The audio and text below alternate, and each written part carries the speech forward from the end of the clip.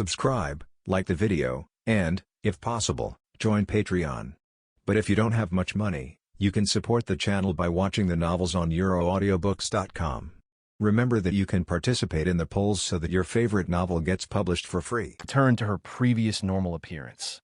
She reappeared under the star and moon god tree, swallowing light and mist. Guladon lowered his head again. It should be an illusion. He has been looking for it for an unknown amount of time, and he has no clue. I'm too lazy to move now. Isn't it good to increase my strength on the island? After a while, my strength will be promoted again. Even if I face my previous real form, it is not my current rival. It lay on the big rock again, enjoying the influence of the rising sun. Hoenn, the edge of the sea in the Hoenn region. Deep sea. There is a seabed cave here. The whole cave is under the seabed, but there is not a trace of seawater intruding in. It seemed to be blocked outside by a mysterious force. The passages of the cave are covered with some ancient writings and some scarlet writings. On both sides of the cave, there are stones shining like Yiming pearls. The whole cave is full of ancient atmosphere. At this time, a group of people walked towards the depths of the cave. It is Archie and his team from Team Aqua, and one of the 4 executives of the Rockets, Ariana. Go all the way. Soon, a huge lake appeared in front of him. On both sides of the lake, there are densely packed ancient runes, like ghostly drawn symbols. The whole lake is like an altar. It gives people a very old and very solemn feeling. Ariana wore a pair of glasses and looked at the ruins. It was no different from the previous ruins, but for some reason, she felt that something was wrong. Is the base of Team Aqua built in a relic? Is it possible that this is the relic where they found the Cyanwood orb? Is this the base of your Team Aqua? Suspicion appeared in Ariana's eyes. Team Aqua's base is so bad? Nothing? Archie, in the hands of Team Aqua, didn't explain. He smiled. You take a few steps forward. Confused, Ariana walked forward and came to the front of the lake. The line of sight swept across the entire lake, but nothing was found. Could it be that the entrance to the base is in the lake? Really? The lake water in the middle of the lake is emitting blue light, and there seems to be something glowing under the lake. Your base is hidden, so let's go. Enter your Team Aqua's base and start researching Cyanwood orbs. Ariana said. No. Archie smiled mysteriously. Miss Ariana, please see clearly. Ariana's eyes stared at the center of the lake. There was a huge sapphire under the lake, and the sapphire had red lines on it. Suddenly, the blue stone seemed to move. Ariana's pupils suddenly narrowed to a point, and her eyes were shocked. Where's this blue stone? That's a creature. The whole body is like a whale, normal, with huge fins. Its eyes are closed, and its whole body is like sapphire, emitting a soft blue light. It also has blue stripes on its body. The whole person looks extremely extraordinary and sacred. Ariana's eyes glazed over. God of the sea, Kyogre. Legend has it that Kyogre, the god of the ocean who created the sea, unexpectedly appeared in front of him like this. Is sleeping. How about my sincerity? I'll take you to the place where Kyogre sleeps first to show my sincerity. See, the origin of all life, Kyogre, the god of the sea, is its appearance the most perfect existence in this world. Its existence is the goal of our lifelong struggle. No matter how many times I've seen it, I am deeply amazed by it. Archie's eyes shone with fanaticism like a fanatic's. Ariana was also shocked, and she didn't expect that after Archie picked her up, she didn't take her to his base, but came to the place where Kyogre was sleeping first. Looking at the cult/religious/believer-like Team Aqua people next to her, Ariana calmed down the shock in her heart. She pretended to be horrified, covered her mouth lightly with her hand, and her mouth/lips/wriggled. Boss, did you see that? The Rocket's new general base. In a sci-fi room. The screen in front of Giovanni shows everything Ariana sees. Ariana's glasses are actually high-tech glasses developed by the Rockets. Looking at the sleeping Pokémon like Sapphire in the lake. Giovanni's face also showed a rare look of excitement. God of the sea, Kyogre. Existence on the same level as Ho-Oh. Actually saw it. Suddenly, boss. Archer sent back the screen. Petrol ran over. Another screen in the room lights up. Picture show. It's deep in the ground. Born from the ground, the surrounding ground is black, just like obsidian normal. You can even see some fossils here. The whole space conveys an ancient and barren atmosphere, as if it was very old. Go forward. A big hole appeared. The big pit sinks downward like a chinking, with a diameter of 100 meters. The entire underground space is also covered with densely packed ancient characters. Especially around the big pit, the ancient characters are densely scattered on the ground like spider web normal. In the center of spider web is that big pit. The red light in the big pit danced, as if nuclear fusion had occurred inside. The scorching light was terrifying and frightening. Archer and his group walked forward, came to the edge of this big pit. Our destination has arrived. The leader of the lava team, Maxi, said to Archer with a crazy smile on his face. Next, what you will see will be the most perfect Pokémon in the world. Archer looked down. At the bottom of the big pit, the magma was roaring and the heat wave was coming, making people's faces flushed and their hair curled and withered. In the roaring magma, there is a crimson figure standing tall. It has red scales on its body. There are black stripes between the scales, which are extremely long and hideous. Its eyes are closed, and most of its body is soaked in magma. Shock flashed in Archer's eyes. It's really Groudon, the god of the earth. Although this is the second time we have met, Archer is also very excited and shocked. When chasing Suicune with Zapdos, he was flanked by Guladon and Kyogre. He escaped only after using precious treasures. It turns out that they have returned to their nests. Rocket's home base. Giovanni watched as Kyogre's image was shown on the left screen and Groudon's image was shown on the right screen. A smile appeared on his face. The place where Groudon and Kyogre sleep is known, and the Crimson Orb and Cyanwood Orb are about to be researched. Once he unlocks the secrets of the Crimson Orb and the Cyanwood Orb, he can control the two Mega Beasts. By the time, there was coldness in his eyes. Even if there is Ho-Oh, I'd like to see how you resist. Team Aqua took Ariana to watch Kyogre. The Lava team took Archer to watch Groudon. They left their lairs one after another and returned to their base to conduct research on the Cyanwood Orb and the Crimson Orb. Home Island. There are 3 poles in the sun. A group of Pokémon have been awake for a long time, playing with each other or training. Habitat of Dragonite. Han Long is roaming soaring in the sky with his bully legion. Gyarados swim on the shores of the islands. Unexpected. The shadows of the sea. A cloud of smoke gathered, and a Pokémon with a thick head and a tiger brain came out. It is Marshadao. Illustration in this chapter, Lunala in the form of the full moon. In the previous chapter, the picture was swallowed, and it has been processed. The mosaic quality of the uploaded picture is not what I thought. Feilu had to upload pictures under 200K. Chapter 97. Kidnapped Gyarados, Bully Legion attacks. Marshadao is forced Homeland Island Sky's mysterious light, whole home island. The gigantic figure of Gyarados writhed in the sea. Although a tribute is water type plus flying type, but because its predecessor is Magikarp, it prefers to stay in water. Many rivers on the island cannot accommodate its huge body. As for Xingyue Lake, that place, let alone it, I dare not even go to the water.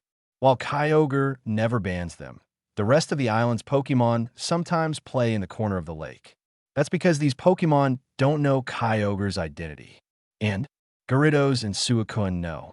Even if Kyogre didn't ban it, they're a little scared. It's like you added a game friend to the game during the summer vacation, playing games together every day, calling each other brothers. When you start school, you know that your friend is an extremely serious head teacher. How dare you do this, Solation? Suicune is a water system, but it is a land beast, and normal rarely comes to the sea. Gyarados is different. Because of the habits it retained in Magikarp, it feels a little uncomfortable if it doesn't come to swim in the sea every day. On the coast, under the shadow of the reef. Suddenly, a cloud of black smoke rose up there. A Pokémon with a thick head, and a thick head carefully poked out ahead. It's Marshadao. Marshadao hid in the shadows, looking at the island in front of him. Found it. Flash Firo's younger brother, Suicune, is on it, and it can feel the breath left behind. Unexpected. It saw a miraculous figure swaying in the sky in the middle of the island, turning into a rainbow. Marshadao shrank his head reflexively, feeling a dull pain in his brain. Its body habitually sank back into the shadows. Half an hour. It comes out again. I'm afraid of a fart. I came to retaliate, and Flash Fiero didn't find me. But even though it is retaliate, if facing that Flash Fiero directly, Marshadao is also a little timid. Let's get rid of its 3 little brothers first. How to get it done? It thought for a while, and then saw Gyarados playing in the water. This breath, it was furious, and Gyarados was one of the accomplices who stole his ghost tablet, stealing with Suicune, the Gyarados who is also Ho-Oh's younger brother. That being the case, I will give you the surgery. Marshadao intends to capture Gyarados first. Ho-Oh knows that Gyarados is missing, and will definitely let Suicune and the others go out to look for them. When the time comes, break them one by one yourself. Plan perfect. Marshadao's figure faded and disappeared into the air, and it came quietly behind Gyarados. 09 The body sank into the shadow of Gyarados. Ho-Ho! Gyarados felt as if someone was patting him from behind. He turned his head and glanced back. No one was there. Doubt flashed across his huge eyes. At this time, zzzz, there was a sound coming from its ear. It was the sound of electric current. The voice came from behind, and it looked back again. Its eyes suddenly widened. I saw that my own shadow turned into a solid body at some point, and a thunder light condensed on the fist, which was so bright that it made its whole body feel a little numb. It was startled. What's going on here? The shadow is alive? It just wanted roar. Its shadow turned into countless tentacles / hands, entwined / wrapped around its mouth, imprisoning its whole body. Can't speak, can't move. Only the eyes can move all over the body, like a ghost pressing a bed. Next second, that terrifying thunder fist hit its back. ZZ. Gyarados shuddered and arched like a shrimp. The fist on the back was removed, and the arched body stretched out again. Marshadao scratched his head. The water-type Gyarados didn't get dizzy after eating his own lightning fist. Immediately, it experienced the strength of the latter. It was a bit strong. No wonder there was no stage. Go on. ZZ Thunder Light gushed out again, and Marshado's small fist filled with lightning lightly touched Gyarados' back. ZZ.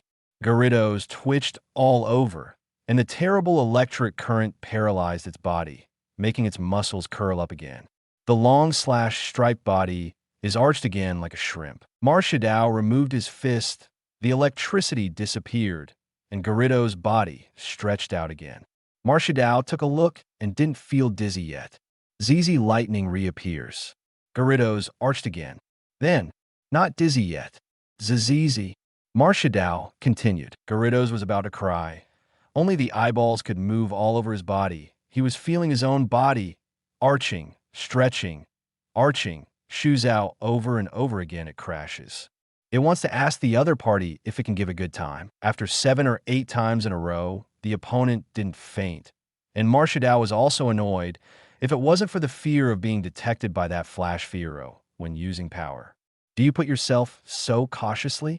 As far as Gyarados is concerned, if he shows his true strength, he will be done with one punch. It was a little annoyed, and with a condensed fist, the Thunderlight seemed to condense in his substance and press towards Gyarados' body. Thunder Arc erupted. Gyarados finally got his wish and passed out. Run. He used his own power, but he didn't know if Ho-Oh found out. Marshadao grabbed Gyarados by the tail and swiped away. Swept for about a few kilometers. Marshadao looked back and was relieved that Ho-Oh didn't catch up. At this time, the dragon chant resounded. Soaring in the sky, a group of Dragonites appeared at some point. It is Han-Hanlong. Han-Hanlong is traveling with a group of his younger brothers, patrolling the surrounding airspace. On the surface of the sea, Gyarados is being dragged by a smoke normal dwarf. It was suddenly angry, and someone actually attacked its brothers and sisters. It roared and led a group of younger brothers to chase after Marshadao. Marshadao was taken aback too. It's a long time away from the island. It's not good if Ho-Oh finds out. Its body turns into haze, grabbing Gyarados and rushing toward the distance. Han Hanlong led a group of younger brothers in hot pursuit. The Bully Legion attacks. Home Island. Standing on the canopy with closed eyes, Ho-Oh turned his head sideways with suspicion in his eyes. For a moment, it seemed that he felt a familiar breath. It seems to be Marshadao. It should be an illusion, because when it wants to feel it carefully, the breath is gone. Speaking of Marshadao, Ho-Oh is also somewhat nostalgic. The days of chasing and beating it were so cool. Unfortunately, it ran away later. That head, when I hit it, the feeling is still unsatisfactory. Wait until you break through. Just grab it and play with it. Humph. I'm still angry. Who let me call myself Flash Fiero? He shook his head, putting these distracting thoughts behind him. Quick breakthrough is the kingly way. Looking at Lu Chun enjoying morning tea in the courtyard and reading a book, Ho-Oh closed his eyes again. Begin to feel the law of Lu Chun. It can feel that the realm that has been stuck for a long time is loosening. The sea. Marshadao transformed into haze, flying rapidly on the sea. It looked at the group of Dragonites who had been chasing after it, and it was a little annoyed. There is no end. Damn, flying is the most annoying. With its petite body and holding Gyarados, it is not easy to do it with these Dragonites. After identifying the direction, I immediately arrived at my own site. It looked back at the Dragonite group. I will beat you later. It grabbed and dragged Gyarados' tail and continued to leap into the distance. About 40 minutes passed. An uninhabited island appeared in front of him. The vegetation on the island is sparse. Marshadao stalks the island with Gyarados in hand. In the middle of the island, there is a flat, open space with cliffs and stone walls beside it. More than half of the stone wall has collapsed. The sun shines down, and the shadow of the stone wall is reflected on the ground, making this place a bit dark. On the stone wall, you can also see some buildings, which are very old, like super ancient altars.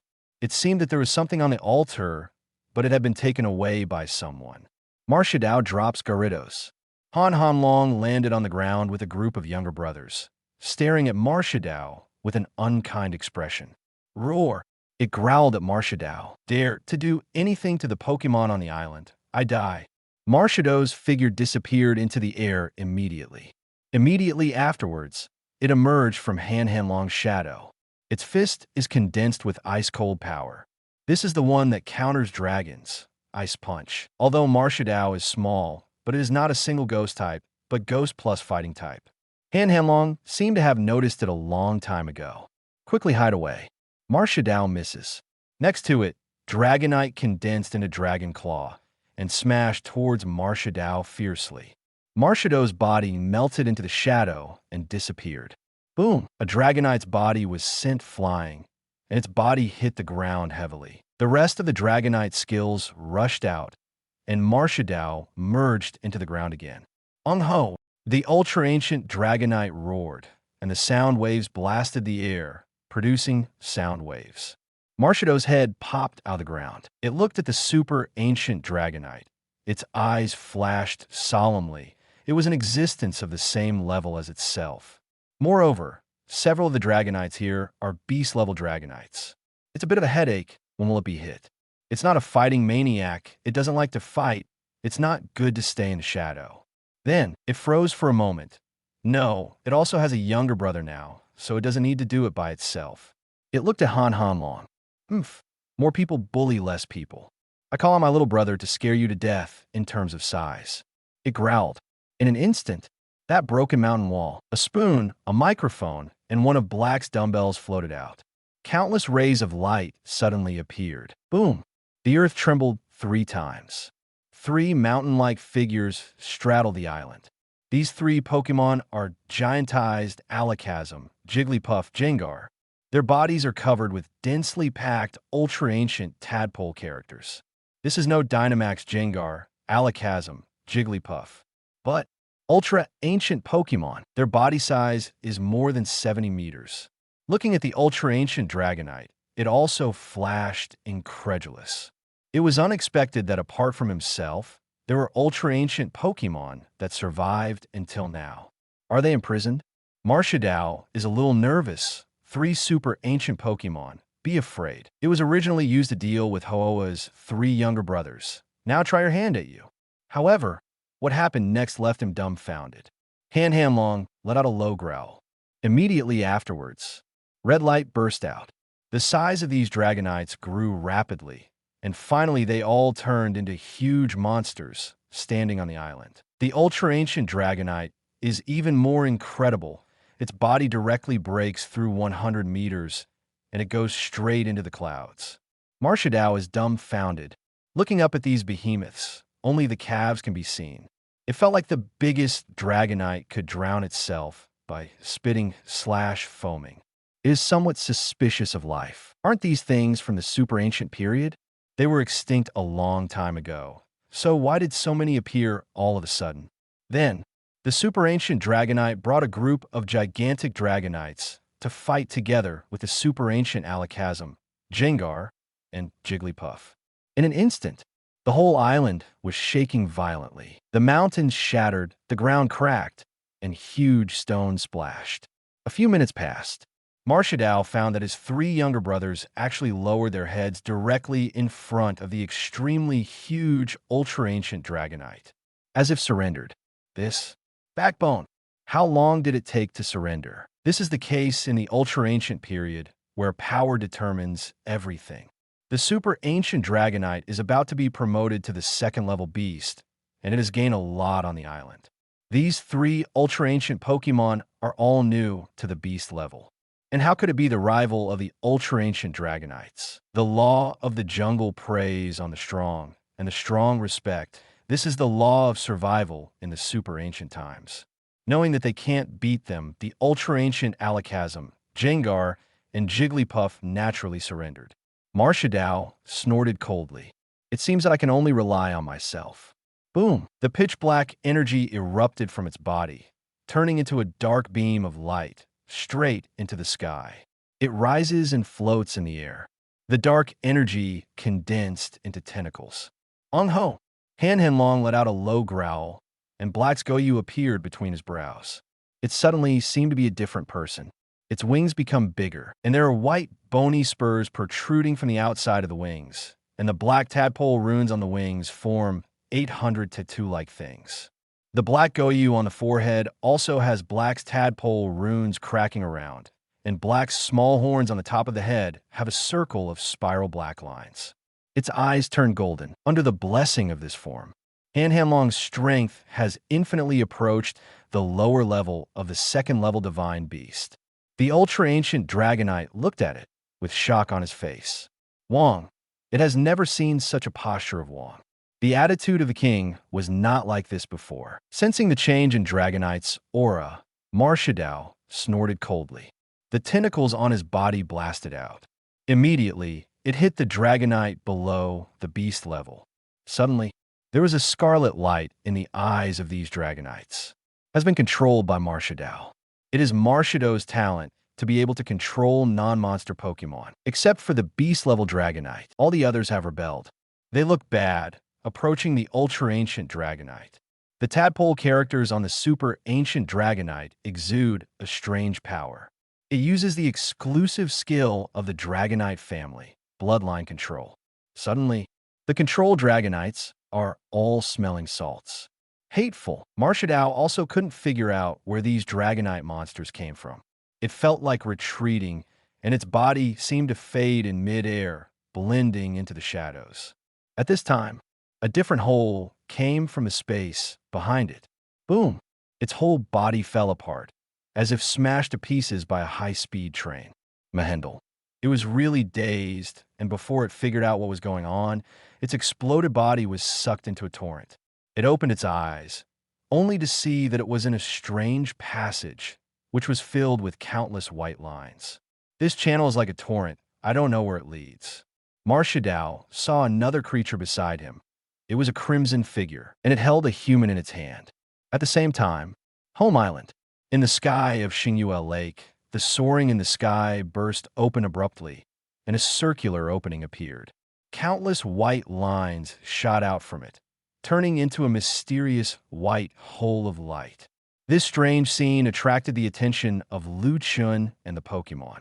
What is this? Lu Chun looked at the light hole and soaring in the sky and frowned slightly.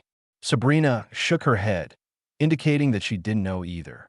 Instead, Guladon and Kyogre looked at Lunala. This light hole seemed to lead to the world beyond Lunala. Lunala looked up at the familiar hole. It should be her breakthrough breath, which led to the appearance of the Ultra Wormhole. Chi-Chi, two voices spewed out from the light hole. Marshadow's body was slammed into the air, and the exploded body gathered in midair. It fell on a tree. Marshadow felt dizzy in his head, rubbed his head, and stood up. Only then did he realize that there was another figure in front of him, which was the foot of a bird. It looked from bottom to top, and then saw a face it was very familiar with. A miraculous bird also looked at him in a daze. The two stared at each other. Flash, flash, Firo. It froze for a moment. Did it fall out of a hallucination? Chapter 98. The crying Marshadow, ultimate beast Buzzwole, pretty girl Lily Marshadow, looks at Ho-Oh. There is also a black glass piece on the bridge of the nose. Sure enough, I fell into a daze and fell out of hallucinations. How could that Ho-Oh guy wear that? Stupid. Since it is a hallucination, Marshadow is not afraid, and the hallucination itself is afraid of nothing. It glanced at Ho-Oh contemptuously, and its mental power surged out, conveying its own meaning. Flash Firo, you're getting uglier and uglier, just like a big, stupid bird. After despising it, it was about to leave. Although it was a hallucination, it felt a dull pain in its head when it looked at Ho-Oh. What about those Dragonites? It turned around, a little puzzled. Why did it suddenly appear here? Ho-Oh looked at Marshadow in bewilderment. Are you hallucinating yourself? I was still talking about Marshadow just now, but now it appears directly in front of me? Flash Firo, you're getting uglier and uglier, like a stupid bird. Immediately afterwards, it heard a sentence from Marshadow's mouth. Ho-Oh flew into a rage in an instant. The hateful Marshadow dared to call himself Flash Firo. It still calls itself a big, stupid bird. It doesn't know that it is the most famous on the island. Hallucinations dare to do this power trip. Its beak pecked at Marshadow's head. Benedict, there was a muffled sound, and a familiar blow came from the bird's beak, and the feel was as good as ever. Ho-Oh was taken aback. Why does an illusion still appear in such a real sense of touch? B. Then there's only one possibility. This Magendo is not an illusion, but real. Its eyes stared. The other side, Marshadow was in pain, covering his head with his short hands. Tears were about to fall. Its eyes are dull. Isn't this a hallucination? Why does the hallucination feel pain when pecking at itself, me? Marshadow twisted his head mechanically, watching the anger in Ho-Oh's eyes. Marshadow's eyes slowly became terrified, with an expression on the verge of tears. This is not an illusion. I was brought to Flash Firo by that mysterious light hole. Think of what I just said. Marshadow ran on his short legs, jumping straight from the tree. The short legs were running on the ground. Want to run away after scolding yourself? Ho-Oh flapped his wings and flew down. Then he chased after Marshadow, his beak on Marshadow's head like a chicken pecking at rice. Tuck, tuck, tuck, tuck, feeling the pain in his head, and the shadow in his heart came back again. Marshadow covered his head and ran wildly. He ran into the shadow, and while running, his body blended into the shadow of the tree bit by bit. First his legs, then his body, and finally his whole head was completely hidden in the shadow. Ho-Oh's expression remained the same. Golden flames lit up the bird's beak, and then poked into the shadows. Holding Marshadow's candle-like hair from the shadow, he dragged it directly out of the shadow, and with a flap of his wings brought Marshadow to the sun without shadow. Then, chasing Pex, the fear of being dominated by Ho-Oh from that time ago resurfaced. Marshadow was crying. His eyes were red. Ho-Oh's holy flame was too restrained. He could be picked out from the shadows. The brain is constantly being pecked, just like knocking on a wooden fish, and there are constant sounds of tuck-tuck. Ho-Oh flapped his wings and ran across the grass, pecking at Marshadow's head. There was aftertaste in Ho-Oh's eyes. That's right. That's the feeling. That's the feeling. Unexpectedly, Marshadow ran back by himself, and not only life and death, but also dared to call himself Flash Firo, afraid that he wanted to seek abuse. With this in mind, it started to speed up, pecking at Marshadao. Marshadao ran around, holding his head. All of a sudden, Marshadao was looking for a shadow and wanted to sneak and hide, but was pulled by Ho-Oh to the sun. The entrance was incandescent. The sun was shining on the grass, so there was no shadow. Unexpected, it saw a human standing in the yard with shadows under its feet. Humanity? Didn't the narrow-minded Ho-Oh hate humans because humans drove it away? Why does a human appear in its territory? Benedict, there was another muffled sound. Forget it. Find a shadow to hide for a while, even if it saves you from being pecked a few times. It ran towards Lu Chen. In the garden, the movements of Ho-Oh and Marshadao also caught Lu Chen's attention. It looked at Marshadao being pecked by Ho-Oh. There is some doubt in the eyes, not the Pokémon of the island. He looked up at the light hole and soaring in the sky. Did it fall from above? The system's probing feature is turned on. Marshadao. Is this dark little guy called Marshadao? At this time, Marshadao sprinted over, his body sank, and merged into Lu Chen's shadow. Seeing that Marshadao merged into Lu Chen's shadow, Ho-Oh stopped. This big guy didn't dare to mess with him. Looking at the Marshadao that merged with the shadow under his feet, Lu Chen also felt miraculous. This little guy actually has the ability to blend into the shadow. But then, he groaned lightly, because although it merged with his own shadow, Lu Chen was still able to detect the existence of the other party and perceive where the other party was in the shadow. It's too weak for a human being to be able to discover its existence. But think about it. Wouldn't it be weak to be chased by Ho-Oh, a big chicken who can only summon rainbows? Marshadao in the shadow of Lu Chen. Suddenly, as if on a whim, the comprehension of the law, I don't know why for a while, what I didn't understand before, now I suddenly understand. Remove the fog and see the truth. Ka! Suddenly, its strength has been upgraded from the peak of the upper level of the third-level beast to the lower level of the second-level beast. It was overjoyed in its eyes. It never thought that it had broken through. In this way, it should not be so easy for Flash Fiero to force himself out of the shadows. Boa! Joy fell from the sky, and Mahendo was ecstatic in his heart. Integrating into the shadows is an exclusive skill or an exclusive talent given to it by the authority of heaven and earth. Although the ordinary ghost type can also be integrated into the darkness, it is different from Marshadao. It's more like opening up a short-lived alien space in the shadow for oneself to inhabit. The ordinary ghost system just spreads out the body and fits it on the surface of the shadow, rather than blending it in. Marshado's ability is the same as Shalebi's ability to travel through time and space, and Kira's ability to realize wishes. They are all the authority given by the rules of heaven and earth. Having been promoted to the second-level beast, that nasty guy Ho-Oh shouldn't be able to grab himself out of the shadows so easily. Marshadao breathed a sigh of relief and planned to leave slowly. Because, although Ho-Oh can't easily force himself out of the shadows once the sun is gone, Marshadao has no shadow as sustenance and will be exposed as well. Ho-Oh BD could use sunny day. Here is the lawn again, without much shelter. Suddenly, Marshadao felt a hand grab his head. Then, it saw the human being grabbed itself out and mentioned it in front of him. It was stunned, and the promoted self was caught by a human. Lu Chen's hand is holding Marshadao, and it feels like a ball of cotton candy, soft/soft/soft. Marshadao came back to himself. Various images popped up in my mind. In the super ancient times, all kinds of terrible guys fought. It is timid by nature and doesn't like to practice. It just likes to hide in the shadow rest.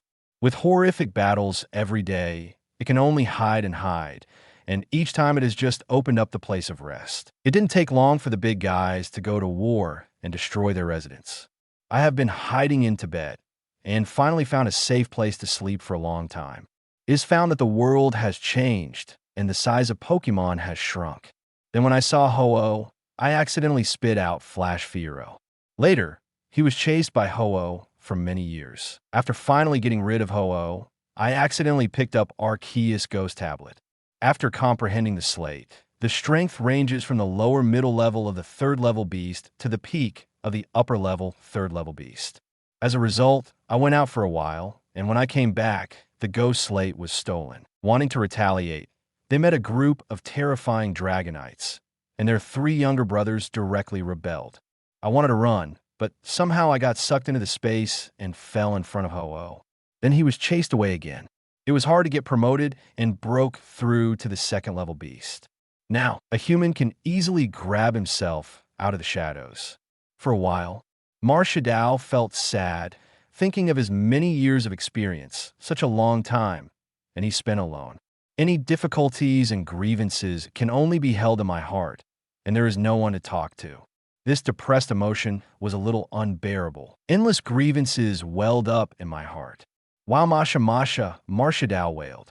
Too difficult. I feel that I am either a tragedy or I am walking on the path of tragedy. The miserable crying sounds sad and weeping when I hear it. Looking at the wrong little guy. Chen patted its head. Okay, stop crying. Damn big chicken. Look at you bullying others. Chen stared at Ho-Oh fiercely.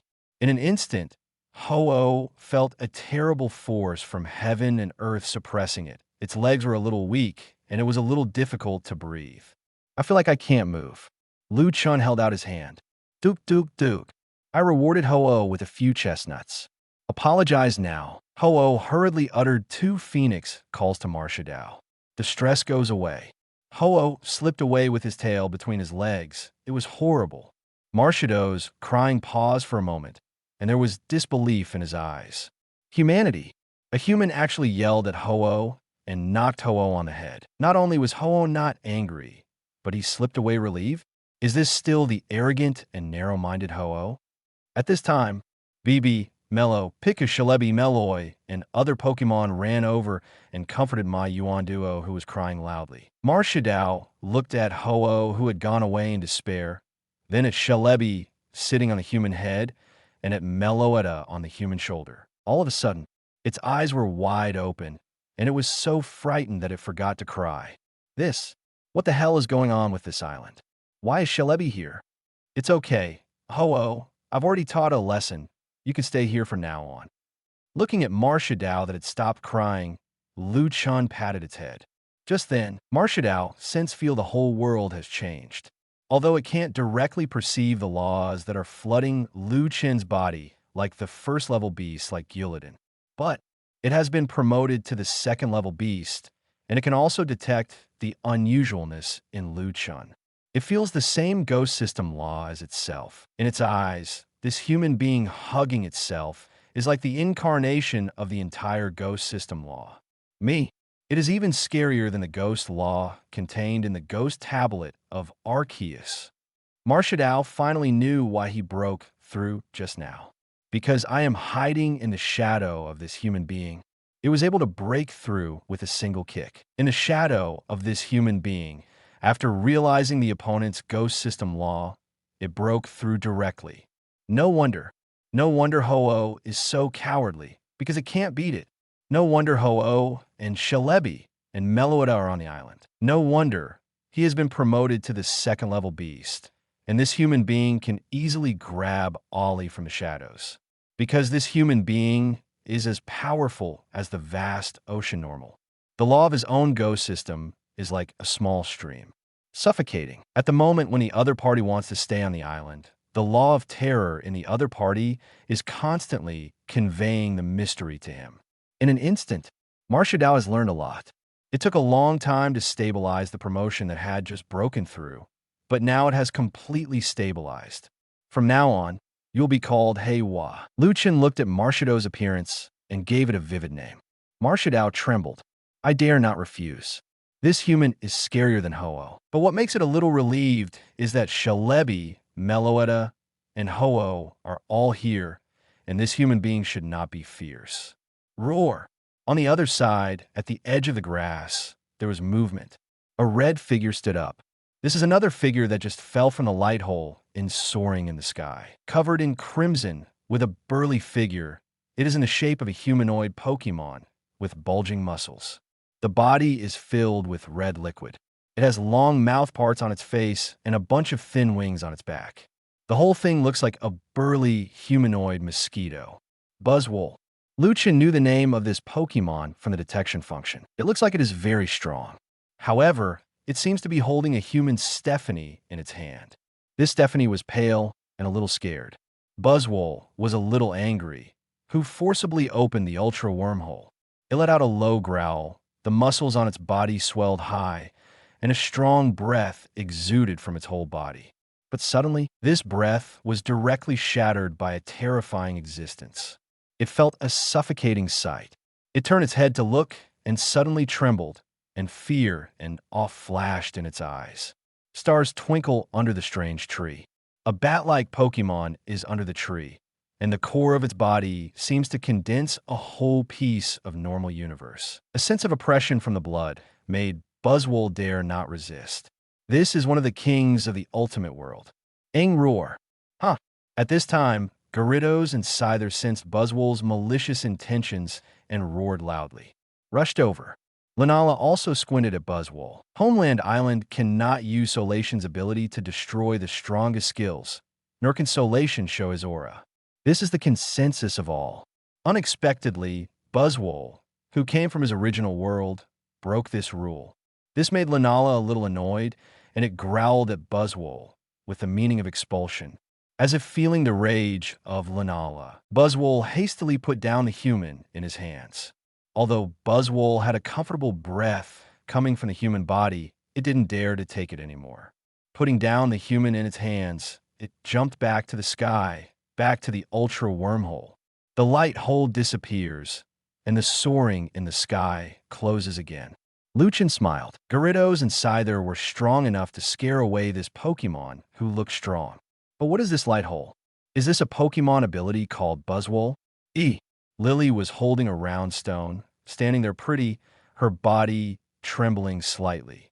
His eyes looked a little helpless and hesitant. Mom opened the ultra wormhole, but she was captured by the ultra wormhole. Is this the ultimate world after entering the ultra wormhole? Immediately afterwards, she seemed to see something, and an unbelievable look appeared in her beautiful eyes. She stared wide-eyed at the Pokémon under a strange little tree. She likes Pokémon very much because of her parents. There are many ancient books at home, and she has liked it since she was a child. So you know what the Pokémon in front of you is. In the Alola region, it is called Luna, the god of the moon. Mega Beasts of Alola region. He was actually brought in front of the moon god by the Ultra Beast. What exactly is going on? While Lily was looking at Lunala, the other was also looking at her. Lunala felt a familiar aura. Suspicion flashed in its eyes. It's coming from Stephanie, or rather the round stone she held in her hand. Confusion poured out. The boulder in Lily's arms flew up and floated in front of Lunala. Wrong. This is of King Zhao. Lunala's eyes flashed. Immediately, countless starlight mist rushed towards the round stone. In an instant, stars are shining all over the stone. Ka, subtle sounds continued to come, and the stone shattered. There was an egg inside, an egg the size of a basketball. Stars also appeared on the egg. Lunala watched. Really? Sure enough, I didn't feel wrong. The egg floated over, and Lunala placed it under the Xiangxing Luna tree, and it was just like Lunala breathing in the mist of starlight. Lily was also a little dazed. This is the discarded stone mommy mined from the Starchild ruins, discarded in Ether Paradise, ready to go. She was playing in Ether Paradise when she saw this round stone, and found that the round stone suddenly lit up like a light bulb. She picked it up and looked at it curiously. Then Buzzwole showed up and took her away. Unexpectedly, this round stone is actually an egg. Alola region. The headquarters of the Ether Foundation, Ether Paradise. Lee, Chairman, the ruins of the Starchild have been fully opened, and neither the legendary Starchild nor the Pokémon eggs of the Starchild have been found. A researcher came in front of Luzamin with some trepidation, cold sweat dripping from his forehead. Impossible. Luzamin stood up. The Starchild is definitely in the ruins. There could be no mistake about that. The researcher said, the child of the star may be in the pile of waste rocks that we excavated to open the ruins of the child of the star.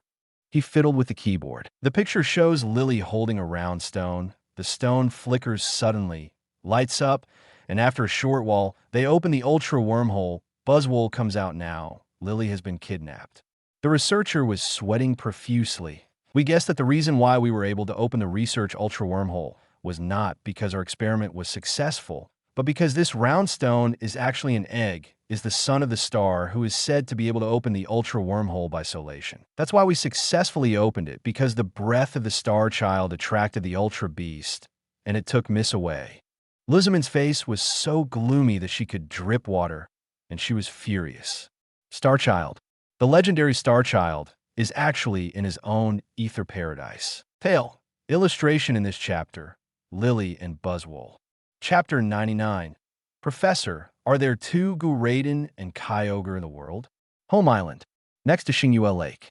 Because the berries and medicinal materials are slowly growing, the berries and herbs are no longer planted in the same crop garden. Instead, it was separated into an orchard and a medicine garden. In the medicine garden, Master Chen, I didn't pull it wrong, right? This is not a medicinal herb, but a weed.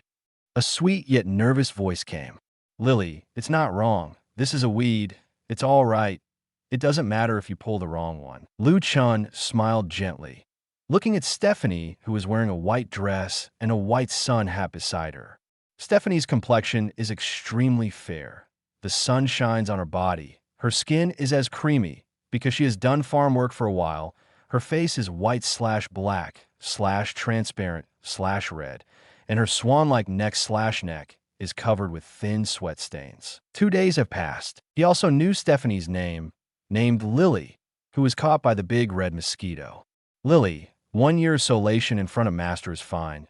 There's no need to be so restrained. Sabrina smiled, staying by Chen's side for so long. Her temper began to change slowly. Can smile in front of outsiders and know how to communicate. She also likes the weak and sensible Lily. Lily becomes Sabrina's second friend after Cynthia. A sweet smile appeared on Lily's face, and she wiped the sweat that was about to drip off her fair face with her wrist. In the past 2 days, I also have a basic understanding of this island. From initial hesitation, helplessness, fear, now all she has in her heart is satisfaction, peace, and fullness. Looking at the Pokémon next to Xingyue Lake, Lily Rao has accepted this fact for 2 days, and when she saw these Pokémon, she still couldn't help showing shock in her eyes. The god of the earth, Guladon. God of the sea, Kyogre. Luna, Lunala, with the ability to raise the dead, Ho-Oh. There are also 3 holy beasts. Because the Ether Foundation studies Pokémon, Lily's home also has many books about the legendary Pokémon. The name of the celestic god of the earth and the god of the sea was officially confirmed some time ago. So, all these mythical beasts on the island, Lily said. When I first found out, I was so shocked that I couldn't help myself. There are so many mega beasts living on an island.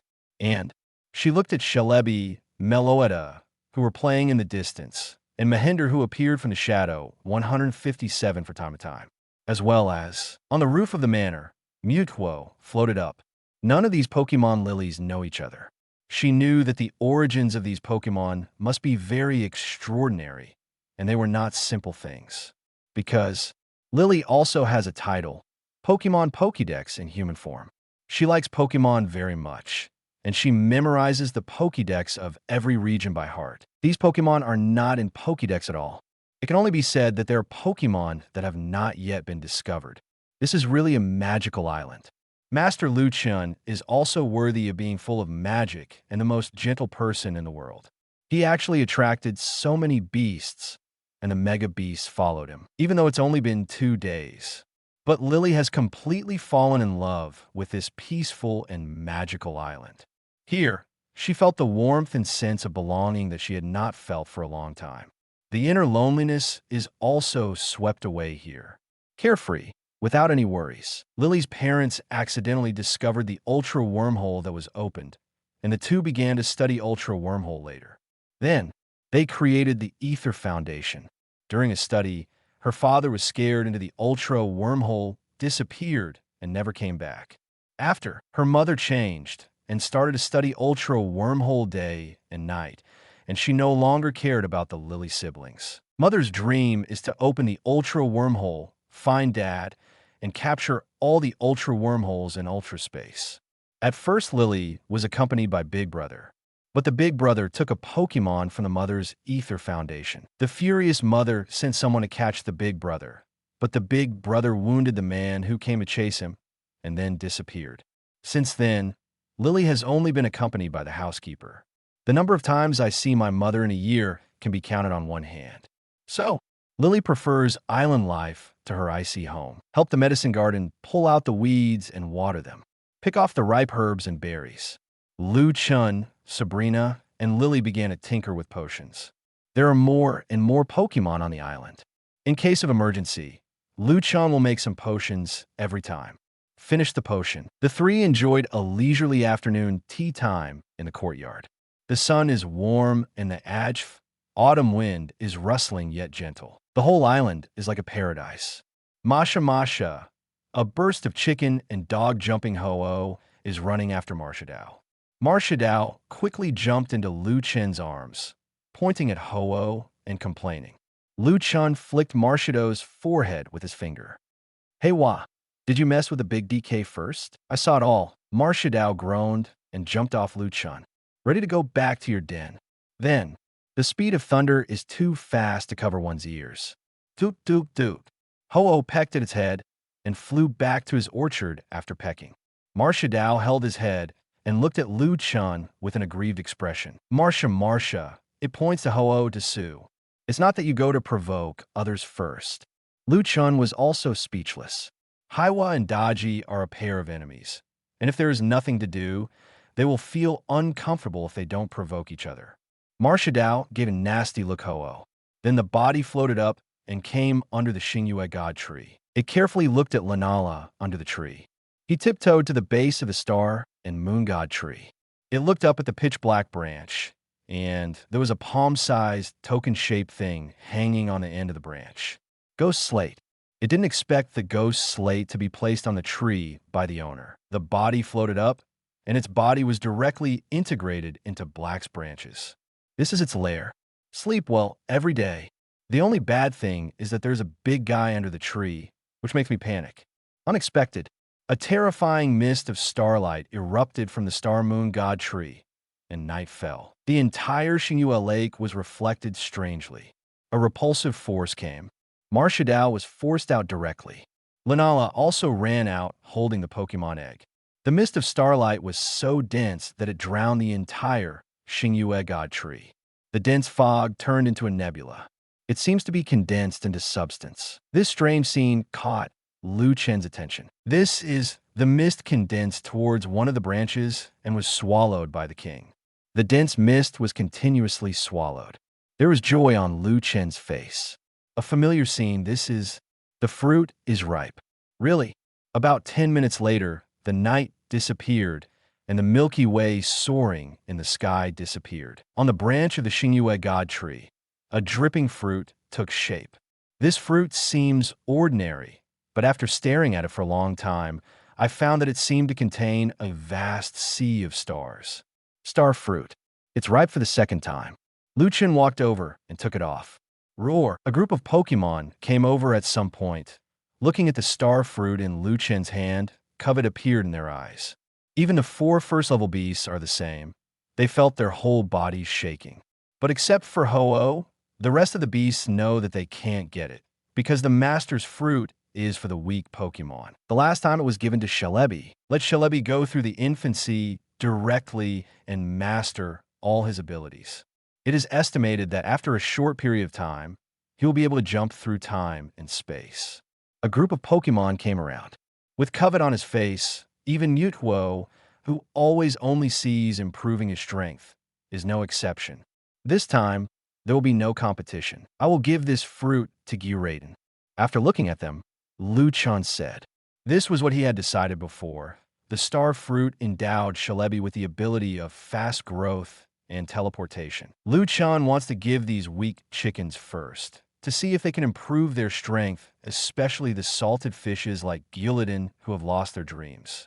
In the past, Guladon would do training by himself, such as stepping on the left foot and stepping on the right foot, but later he probably gave up on himself. Now every day besides basking in the sun is basking in the sun, and I don't want to move. I heard the master say that this time the star fruit is assigned to Guladon. Pokémon have no dissatisfaction or jealousy. Whatever decision the master makes is right. They called out to Chen and then dispersed one after another. Surprise flashed across Guladon's huge eyes. Isn't the owner of this fruit normal, given to the weak Pokémon? Give yourself now. Immediately, excitement flashed in his eyes, as if he was knocked out by a pie falling from the sky. It took the star fruit from Chen's hand, swallowed it whole, and took a bite. In an instant, it feels that its understanding of the law is like a revelation. Moreover, there's a star-like power wandering in the body. How is it do you feel it? Chen asked. Ho ho ho. Guladon nodded, and he would be able to advance again soon. That's good. Chen patted it on the head. Guladon seemed to have gained strength, so he shouldn't be so lazy anymore. Guladon crouched on his boulder again. Chen looked at it, also wondering what ability Guladon would acquire. Carlos region. Bratano Laboratory. Bratano Professor is the authoritative professor of Carlos region. It was he who initiated the Mega Evolution. Diantha is sorting out the materials, although both the Scarlet Orb and the Cyanwood Orb were taken away. But the remains of Guladon and Kyogre are also of great research significance. Diantha was sorting out the harvest in the ruins and rubbing the murals of the ruins. Diantha looked at the several documents in front of her with a puzzled expression. Professor Bratano, are there two Guladon and Kyogre in the world? She said to the curly-haired, 40-year-old Professor Bratano. Professor Bratano was taken aback. Didn't wait for Bratano Professor asking a question. Diantha pointed to the several documents in front of her with a puzzled expression. These are the murals rubbed from the ruins of different Guladon and Kyogre where the super ancient characters deciphered. She took out 2 copies from these materials. One was the information she obtained from the ruins with the Scarlet Orb. One is the material unearthed in the ruins before. She said, the time recorded in these 2 documents is the same period.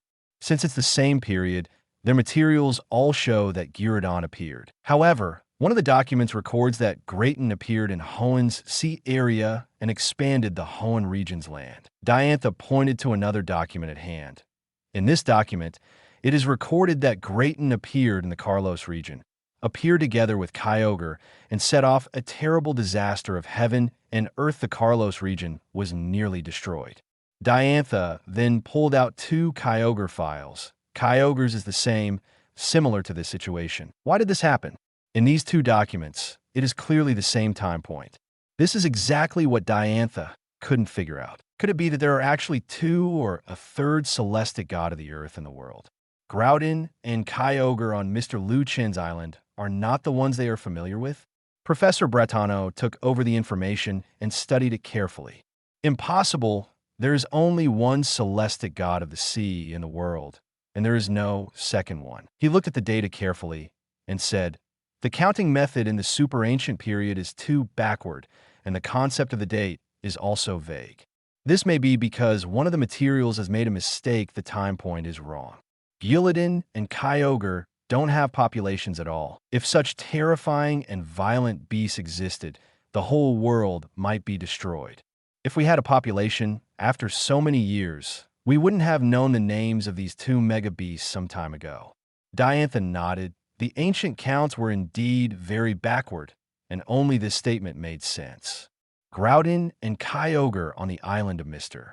Chen are the ones they are familiar with that created the land and the sea. The doubts in my heart were solved. Diantha continued to sort out the information. After tidying up, you could take a vacation for a while. I heard that Cynthia has returned from Mr. Chen's island, the main base of the Rockets. Boss, Archer, and Ariana sent back information that the deciphering work of the Crimson Orb and the Cyanwood Orb has been figured out. You should be able to control the power of the 2 orbs soon. Giovanni asked, how is the research going on our side? It has been successful, and the synthesis has begun. Giovanni nodded, a smile on his face. Everything is going according to plan. The synthesis plan on my side went smoothly. Archer and Ariana have made breakthroughs in their research on Scarlet Orbs and Living Orbs. Soon Guladon and Kyogre will be able to wake up from their slumbers. By the time is the end of that mysterious organization. This chapter was originally posted at 3 or 4 in the morning. I had a headache last night, so I didn't stay up late. Chapter 2 at 8, 10 o'clock. I can't stand staying up late, so I will have one chapter in the afternoon, one chapter in the evening, and one more chapter in the early morning if the contest condition is good. The book was published on 8.13, and today the book has 340,000 words. It's not that I don't want to code. If you code more, you will get more money. Who would have trouble with money? It's true that 2 updates a day, 10,000 words, is the limit. The contest condition is good. You can update 3, but the contest condition is not good. If you write hard, you can't read what you write. That's a waste of your money. Chapter 100. Mewtwo's 4 first-level gods. Yolongdu goes to the island for the second time. Home Island. As always, everything went according to plan. After Chen gave the star fruit to Guladon, he went to the orchard to pick some berries, and he gave a portion of each berry to his Pokémon. After all, the most precious star fruit was given to Guladon, and one cannot favor one over the other. Celebi and the others don't even have ordinary tree fruits. All of a sudden, the Pokémon cheered growl. Celebi, Pikachu, Larvitar, Meloetta, these little guys are sitting on the grass. Sit in rows and eat fruit. Go Heiwa. Chen looked at holding a few fruits, stood in place and looked at Sheila and them, wanting to get close, but a little afraid to get close. Marcia Dao took a few steps forward, then hesitated in place again. From birth, it is a person. It kind of doesn't know how to fit in. Don't worry, it's fine. Chen smiled at Masha. He got up, squatted down, came behind Marcia Dao, rubbed its cotton candy-like head, put his fingers in front of its eyes, pointed at Celebi and whispered softly, "Look, they're calling you to come over." Not far away, Celebi there looking back at Marcia Dao. He whispered to the latter, inviting Marcia Dao to come over. Marcia Dao looked up at Chen. Chen gave him a gentle and encouraging smile and gently pushed Marcia Dao forward with his hand. Go. Marcia, timid by nature, Marcia Dao, who has lived alone for so many years, is somewhat introverted. It finally plucked up the courage and ran toward Celebi, joined them, and sat in rows to eat fruit together. At the beginning, I was still a little cautious, sitting on the side like a fool. I didn't know what to do. I couldn't get into their topic, so I could only eat tree fruits to relieve my tension and embarrassment. Chen looked at it with some emotion. This appearance was very similar to the embarrassing scene of having dinner with a group of stranger-like relatives in his previous life. But there's the courtesan Celebi. Celebi flew over and sat beside Marcia Dao. BB, Celebi led by the 3 show flowers. Marcia Dao slowly blended into Celebi them. Although he is still a little restrained and doesn't talk much, he has been able to catch up with some words from time to time. Chen watched and nodded in satisfaction. And he turned to look aside. There was a silver figure sitting side by side with hand long. It is Mewtwo. Mewtwo has also begun to slowly integrate into the collective. Chen had a gratified smile on his face, feeling like an old father. Aside, seeing such a gentle Chen, Sabrina and Lily couldn't help but smile. It is because of Master Chen, Master, that this island has such magical power. The entire island is built around him. Drink and eat. Chen felt a little sleepy, so he went back to his room to take a nap. The Pokémon also returned to their respective positions. Take a break. On the big rock, Grayton, who ate the star fruit, was basking in the sun. The scales all over his body were slightly glowing red, like magma. Unexpected, soaring in the sky, seemed to tremble. The beast-level Pokémon seemed to have discovered something and looked up at soaring in the sky. Although there is nothing wrong with soaring in the sky, but a group of beast-level Pokémon stared carefully at soaring in the sky, because beast-level Pokémon can detect changes in the law. There, the vision of Groudon's law appeared between the heaven and the earth. On an endless land, volcano is violently erupting and terrible magma flows and wreaks havoc in the land. The earth is constantly expanding and extending. As the land accumulation in the vision of the law is getting bigger, the aura of Groudon is also slowly increasing. Kyogre watched, envy flashing in his eyes. How long is this? This firebug is about to advance again. Damn it, why can't I wash and follow people better than it? No, I have to break through quickly and not be pulled too far by it. Ho-Oh was on the canopy of the tree, glanced at the vision of the law on Guladon's head, closed his eyes, and realized deeply that it also had to improve its strength quickly. It feels like it's about to break through. All the first-level gods felt the pressure. Everyone was the same first-level god and had the same master. Whoever breaks through less times is embarrassed. Xingyue Lake was silent. The nap of the afternoon nap, the law of perception of the law of perception. On the coast, there are two figures. It's Han-Hanlong and Larvitar. They are going to fight the 7th gym. Collect the badges early to give the owner a big surprise. Han-Hanlong took Larvitar into the air and flew away from Homeland Island. Time flies. That night, the galaxy is vast, and the Milky Way hangs high in the sky. It was getting late, and it was the middle of the night. Mewtwo, floating on the roof of the manor, opened his eyes. It shook its fist, feeling the bottleneck. Its strength stopped at the peak of the upper level of the second-level beast, and it was stuck at the threshold of stepping into the first-level beast. Mewtwo frowned slightly. Why on earth? What's the difference between a second-level monster and a first-level monster? With a clenched fist, the vision of the law appears, but its vision of the law is like a cloud of fog, blurred, and it is impossible to see what is inside. Compared with the visions of the laws of Guladon and the others, they are completely different. The two are not at the same level. Why is this? Obviously, he can also condense the vision of the law. Retracting the vision of the law, its eyes flashed puzzled. Then, it looked at the 4 first-level gods of Xingyue Lake. How about asking them, feeling their aura, or fighting them? What's the difference? Mewtwo floated up and came to Ho-Oh. Ho-Oh, it's more familiar. The spirit power is vented, conveying one's own meaning to Ho-Oh. Ho-Oh was taken aback for a moment, then felt the strength of Mewtwo, and there was some horror in his eyes. So fast. Is this the pinnacle of the second-level beast? But after thinking about it, Mewtwo is a clone of Mew, and he is relieved. Just when it was about to accept. Roar! A voice came from behind. It's Groudon. Guladon looked up at Mewtwo, growling. I'll help you too. The Pokémon on the island are friendly and help each other, and Guladon also wants to try his new harvest after eating the star fruit. Lunala also flew over, conveying his meaning. It also wants to help Mewtwo. And then Kyogre.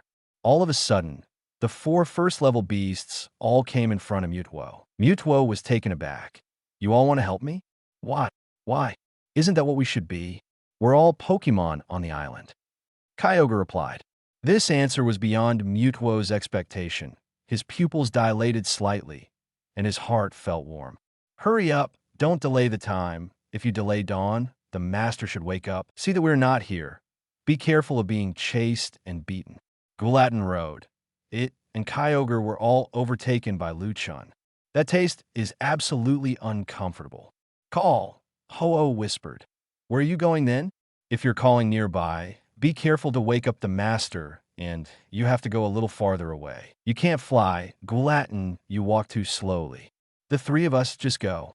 Who do you look down on? Guladon glanced at Ho-Oh, then kicked his feet, and his body floated up. Ho-Oh's eyes popped out. Not to mention it, Lunala, as well as the 3 holy beasts on the ground, are all stupid. They have question marks on their foreheads. The god of the earth, Guladon, can fly? What a joke. Guladon squinted at them, and it wanted to see who would dare to mock itself for not being able to fly in the future. They may not believe it. Guladon can not only fly now, but also learned the flying-type swallow counter and is now learning the brave strike of the bird. It's not Precipice Blade's warning to mock yourself in the future. Let them taste what it's like to be hit by flying skills. They float away from Home Island. For the first time, all 4 first-level gods on Homeland Island were dispatched. Galloping all the way, about 2 hours later, they came to the center of the sea. Lunala removed the confusion she had attached to Groudon. Although Guladon can fly, the flying speed is a bit slow. In order to hurry, it surged out of confusion and flew with Groudon. Kyogre squinted at Groudon. It seems to be saying, so what if he can fly? It flies so slowly, you have to be accompanied by someone else. As if insulted, Groudon looked at Kyogre threateningly. Kyogre was terrified. Can't afford to provoke. Who can say that others are better than themselves now? Kyogre flapped his fins, unleashing his momentum. All water system Pokémon in the entire sea area have all left to avoid being accidentally injured by them. After clearing, time is limited. You can lose it before dawn. Roar! Groudon was not polite to Mutwo. The aura is vented, and the vision of the law lies between the heaven and the earth. The whole world trembled, and the roaring sea suddenly fell silent under this terrifying momentum, as calm as a pool of stagnant water. The whole momentum pressed towards Mutwo. Mutwo felt as if his whole body was about to suffocate. The blood in his body was not flowing smoothly, and his heart seemed to stop beating. Then, woo, Lunala flapped its wings, and in an instant, a whole universe lay across the ocean, and Lunala itself turned into a black hole. Zero-seeking flowers then. A terrible sea emerged, and the water of the 9 heavens gathered. And then, the terrifying Jin Yin appeared behind Ho-Oh. It was extremely terrifying, and all things were constantly born and destroyed. The 4 first-level gods dispersed. Stand on the 4 corners, forming a square. Mutwo is located in the middle of the square. Mutwo's face showed horror. Powerful, very strong, incomparably strong. It feels like the whole world is squeezing towards itself. Moreover, it has noticed that Guladon and the others are still holding back, and this is not their full strength. Mutwo clenched his fists violently. Behind its body, there are also vague visions of laws appearing. But it's indistinct, a cloud of mist, indistinct, and I don't know what it is. The eyes of the 4 first-level gods flashed. Boom! The laws are intertwined, and the terrifying power of heaven and earth is suppressed. The condensed vision of Mutwo was crushed to powder on the spot broken. The terrible momentum suppressed it head-on. Mutwo seemed to be hit by a big mountain on the spot, and his body fell heavily into the sea. 1,000 layers of waves startled. It sprang out again, carefully staring at the momentum of the 4 first-level beasts. Try to detect the difference between them and itself. Fist clenched. The vague vision resurfaced again. Boom! It was crushed to pieces again. Mutwo's body fell heavily into the sea again. It jumped out of the sea.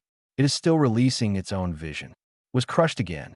That's it. The terrifying aura of the 4 first-level beasts straddles the sky and the earth. The glorious divine power made the world tremble. Under the oppression of the 4 first-level beasts, Mutwo had difficulty breathing. It constantly releases its aura and vision of laws, but it was crushed to pieces over and over again. Bang! Mutwo's body was like a silver meteor, hitting the sea and setting off the giant wolf. For a long time, it just jumped out of the sea, panting heavily. I don't know how many times. There was a fighting spirit in its eyes, and it clenched its fists. It roared, and once again released its own momentum and law vision. Lunala flapped her wings. The vision trembled, and Mutwo's momentum and law vision were crushed to pieces again. It crashed into the sea again. After a long time, it jumped out, lost its strength, and floated on the sea. It had a smile on its face. Because just now, it discovered that part of its vague vision of the law has become clear. Somehow, it has a feeling. As long as his foggy law vision is completely clear, with your own strength, you can advance to the first level of beast. Soaring in the sky the 4 level 1 gods withdrew their visions. That's all for today. It was almost dawn. Lunala confusion gushed out, wrapped Mutwo's body, and took Mutwo out of this sea area. When they returned to their home island, soaring in the sky is just fish belly white. Put the sleeping Mutwo on the grass. The 4 first-level gods also returned to their lairs and began to improve their strength. M.O. On the sea not far from the island, a red Gyarados exists. Beside Gyarados, there is a speedboat. The speedboat stalled on the sea, and it was Yolongdu who started the boat. Yolongdu looked at the island not far ahead. His eyes flashed with confusion. Several days have passed, and he can't figure out how to get his Dragonite back. The family is urging him when to return the beast-level Dragonite. He has been dragging on for days. The perfunctory attitude made the patriarch of the Yulong family say that he would personally come to take back the beast-level Dragonite tomorrow. He was so scared that he drove the speedboat out to sea overnight. Look at the island in view. He has been at sea all night, and he doesn't know what to do. If he didn't return it, it would be revealed that he had lost the beast-level Dragonite. At that time, the family members are afraid that they will have to kill themselves. Gritting his teeth, just had to try it out. Gyarados, let's go, he said to his red Gyarados. As a result, the red Gyarados looked at Yolongdu pleadingly and let out a sob in his throat. It's scared. It was overshadowed by the horror scene last time. Then you come back. Yolongdu had no choice but to take Gyarados back. He drove the speedboat towards the island. Although it is a speedboat, he can't drive much faster than a kayak. His heart is not flustered like a dog. Chapter 101, Ho-Oh, the horror of Yolongdu, the birth of the Star Child. Yolongdu walked towards Homeland Island with a worried expression on his face. The voyage of 10 minutes obviously took more than an hour.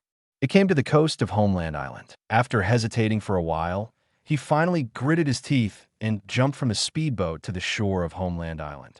The moment you set foot on the land of the island, phew, a saffron-colored figure appears. It's Sabrina's Alakazam.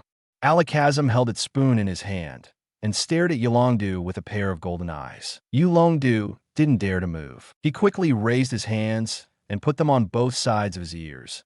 I have no malicious intentions. He really didn't dare to move, not to mention that the Pokémon in his hand is not his rival at all. Even if I can, I dare not have an idea. Once you do it, the terrifying Dragonite and Holy Beast will gather. Next second, he saw Alakazam's eyes light up blue. It's over, and I'm going to be kicked out again. Just when Yolongdu thought that he had come back in a feather, and that the beast-level Dragonite and Trump Card Dragonite would never come back at all. Alakazam's voice rang in his head. Human, come with me. Yolongdu was startled.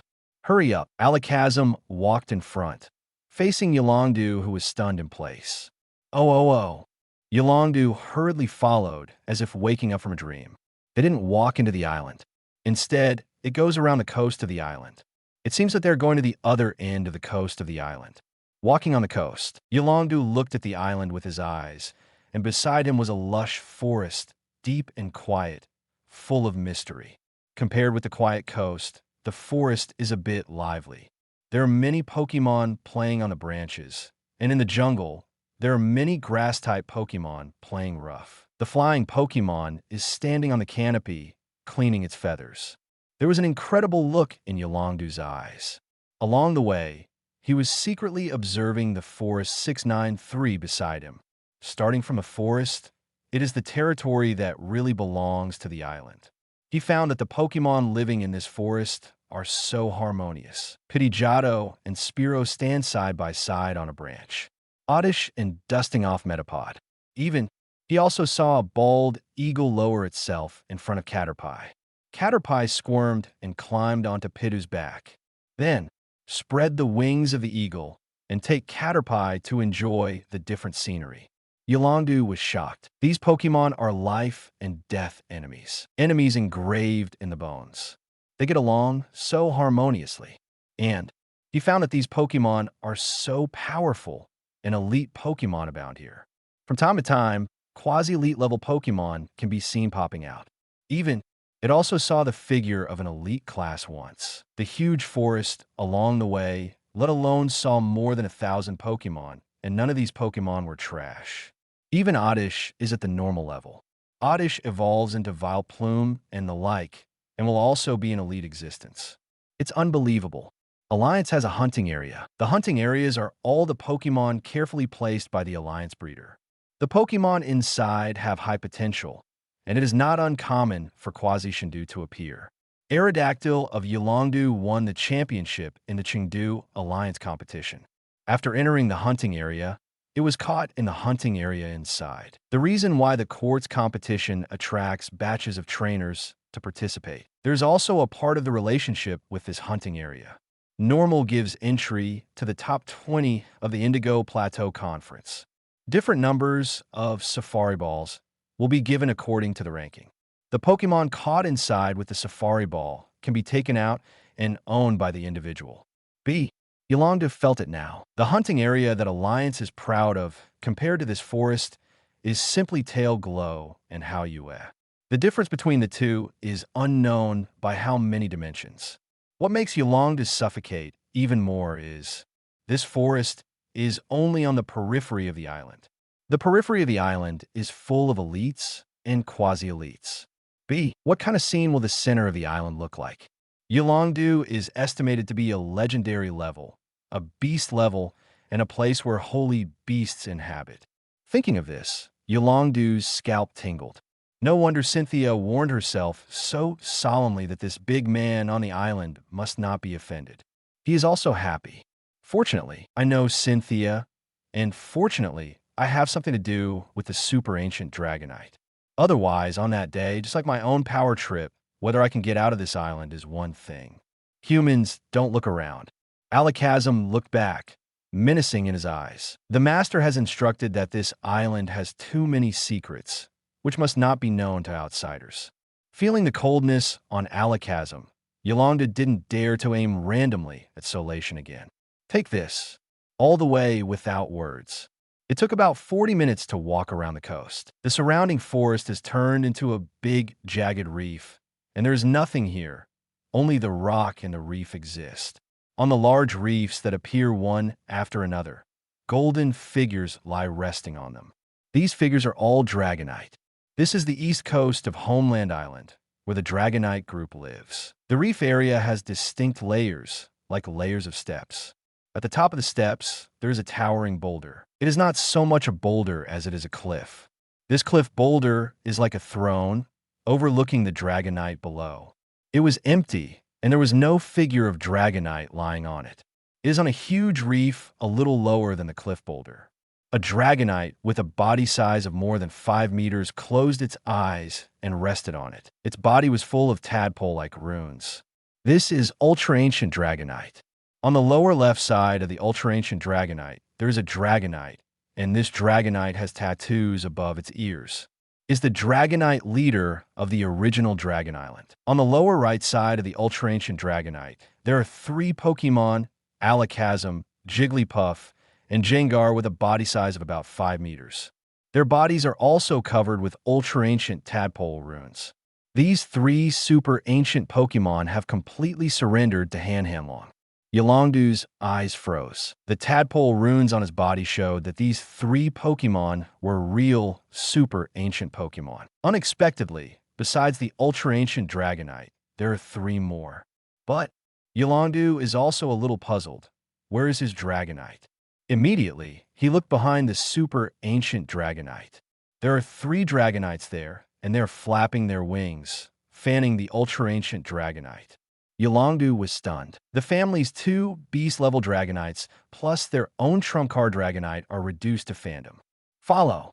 Alakazam confusion gushed out and wrapped Yolangdu's body, soared into the air, and came in front of the super ancient Dragonite. The super ancient Dragonite raised his eyelids and waved to a Dragonite behind him. The 3 Dragonites were immediately relieved. The wings are sore. Yolangdu hurriedly used the Pokeball to take back the 2 beast-level Dragonites. I breathed a sigh of relief. Let's go, human. Remember, don't aim your eyes randomly. Alakazam issued an eviction order. Yolanda didn't dare to stay for long, thanked him, and got on his trump card Dragonite. Trump card Dragonite flaps its wings and departs. Yolangdu controls Dragonite, not daring to let it fly high, but flying at low altitude. Don't even dare to fly higher than the trees on the bank. Although I'm curious about what the inside of the island looks like, freedom and life are obviously more important than satisfying curiosity. If he dared to fly high, he wouldn't be a beast-level Dragonite, and trump card Dragonite were confiscated. He couldn't get out of the island by himself. Dragonite flew down, flying close to the surface of the sea. Soon, came in front of a speedboat. When I was really ready to leave, a bird song that has never been heard resounded, and a beautiful rainbow traversed the sky and the earth. Yolanda looked up. The pupils of the eyes suddenly shrank into a black spot, and the mouth opened wide. Soaring in the sky a magical bird soars in the sky in the middle of the island. Each feather exudes colorful light. White light blooms between the feathers, and the feather crown burns like a flame, red like blood. It has become the visual center of the whole world, like a god coming to the world. There was excitement in its voice. It swayed in the air and returned to the island. For a long time, Yolondu had just woken up from a dream, and he pinched the flesh of his face fiercely. Pain. There was a turbulent sea in his heart, and the shock and astonishment in his eyes could not be described in words. Ho-Oh, the mega beast of Kanto, Ho-Oh, who has not appeared in front of human beings for hundreds of years, unexpectedly saw him today. And I still saw it in the sky of this island. He stared blankly at the lush and magical island in front of him.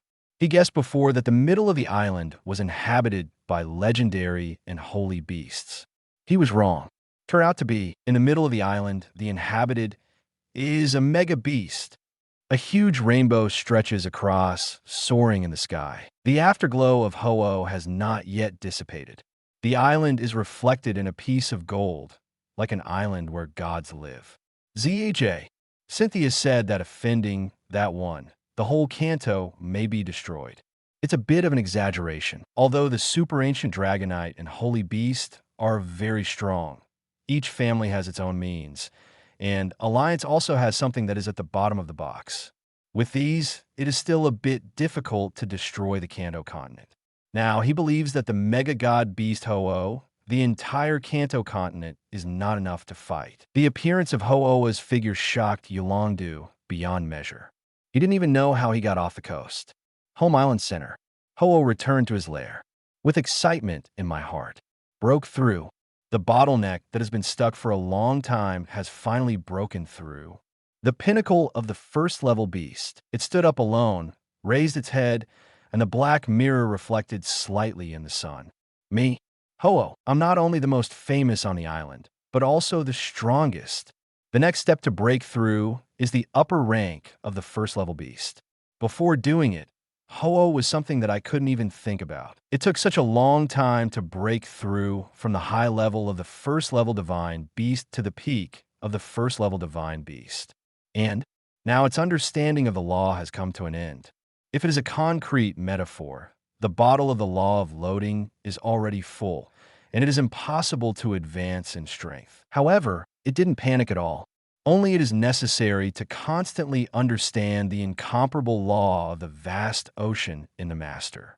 Then compare them bit by bit, compress and simplify their own rules, and get rid of useless, lengthy, and repetitive rules.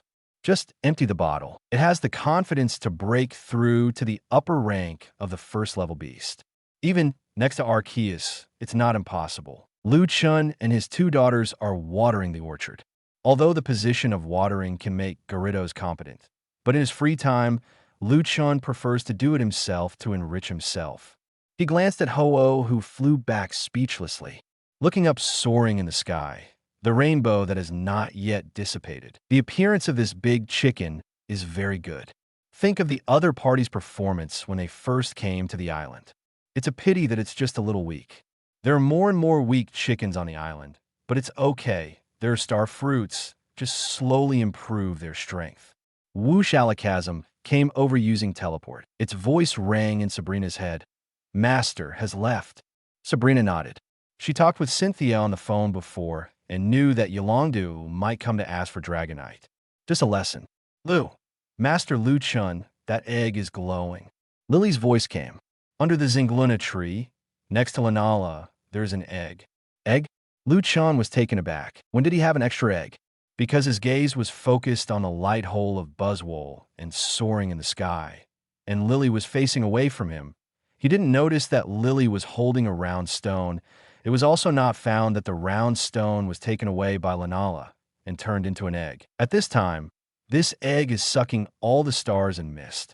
Soon, it was devoured. Lunala, are you having a baby? Chen said to Lunala. Lunala.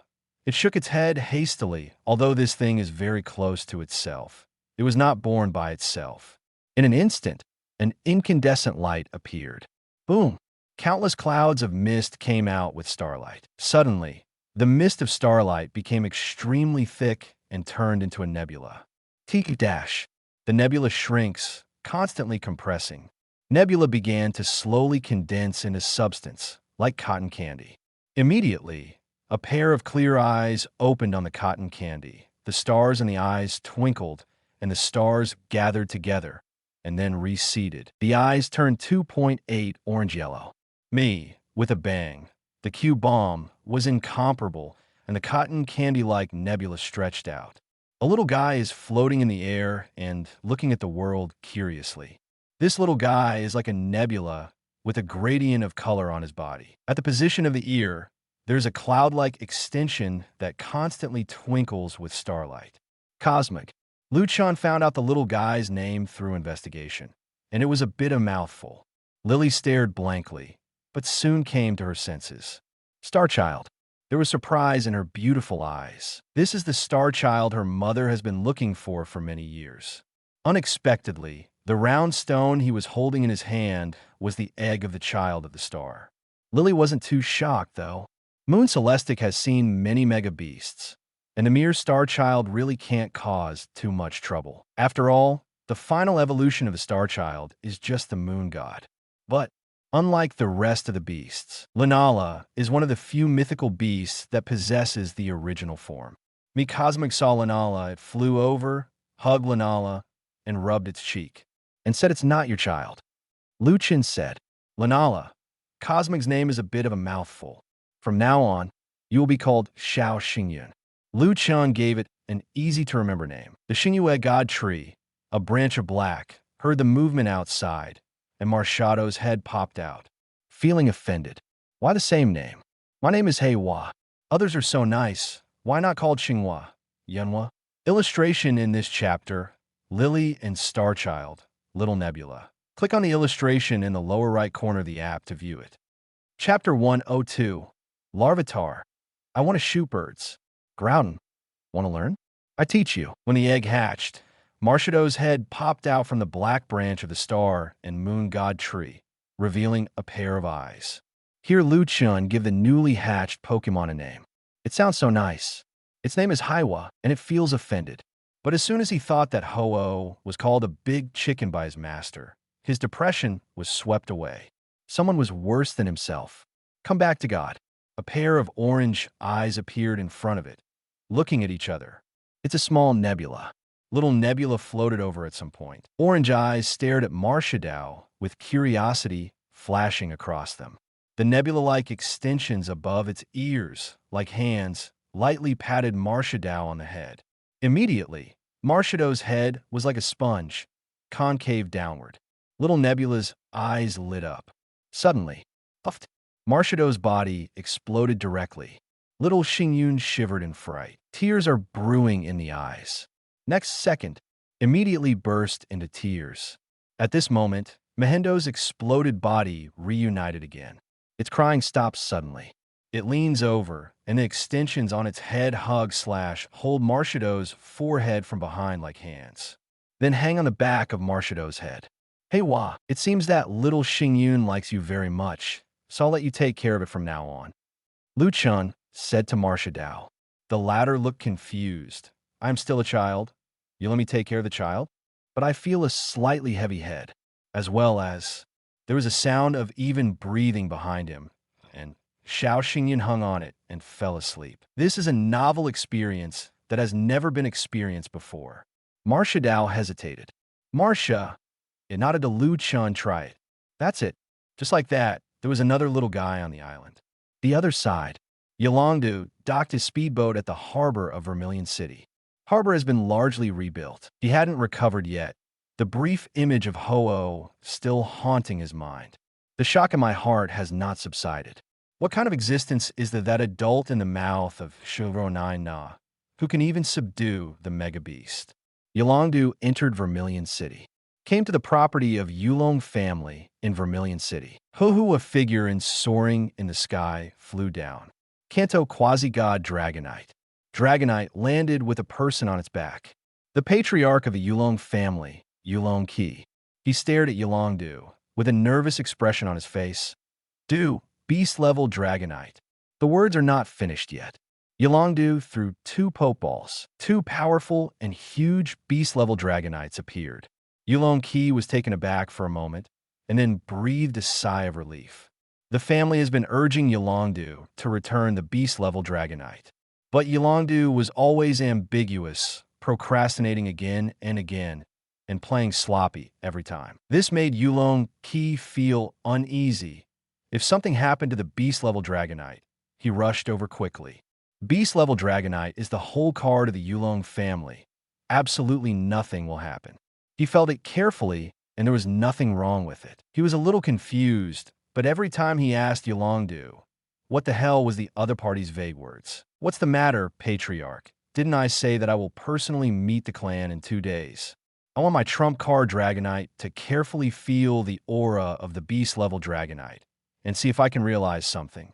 Yolongdu scratched his head and asked, Oh, it's okay, I just happened to pass by, and I thought you don't need to send it back in person.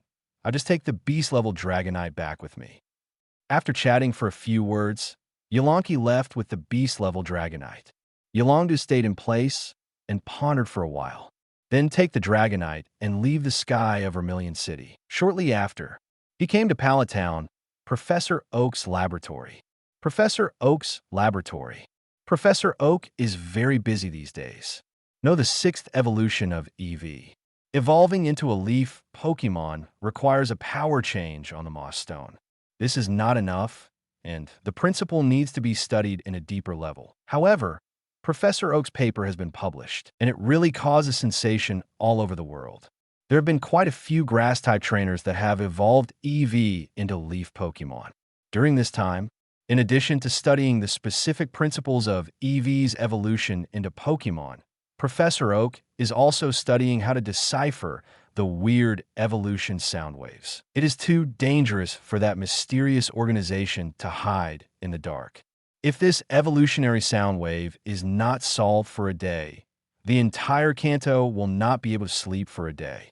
This time it was Vermilion City, and next time it may be the entire Kanto. So it is necessary to study the solution as soon as possible. All in all, these days, Professor Oak can't wait to split himself into 4 or 5 parts. There are some clues in the past 2 days, and researchers from Alliance can also help share. He was able to rest for a while. He sat in a lounge, enjoying a rare leisure time.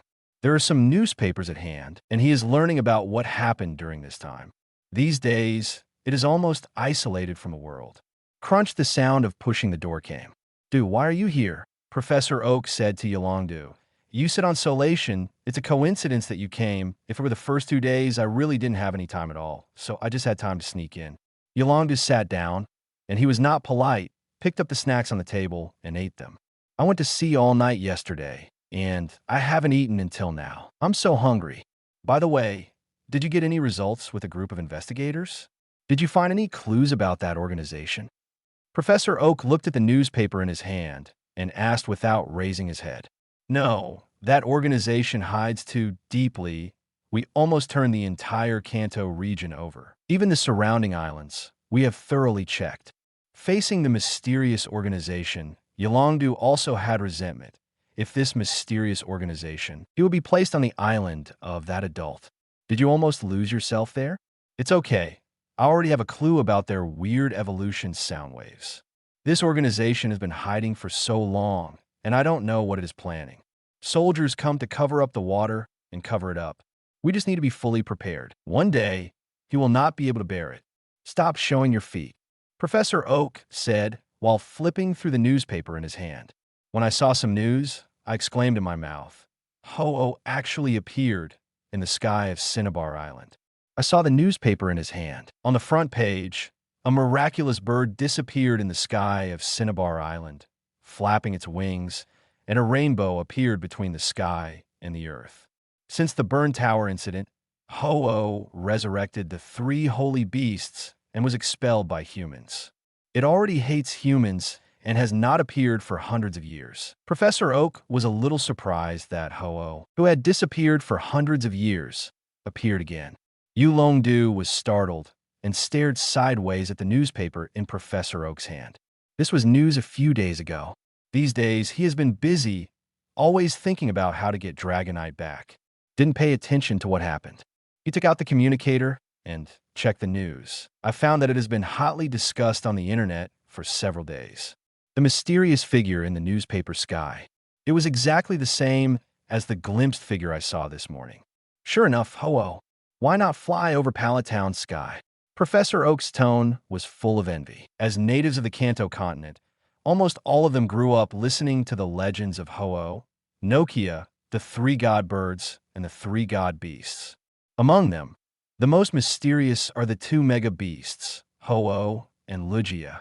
Ho-Oh and Lugia solved several huge crises in the Kanto continent. Legend, as long as Lugia appears, any storm between heaven and earth will stop. Ho-Oh, which can bring good luck to people, is a sacred bird in charge of life and death, and it is rumored that those who see it will get good luck. The year will be blessed with luck. All in all, almost all the people in the Kanto continent grew up listening to their legends. It is also an existence that countless people dream of and want to witness with their own eyes. Unexpectedly, Ho-Oh actually appeared again.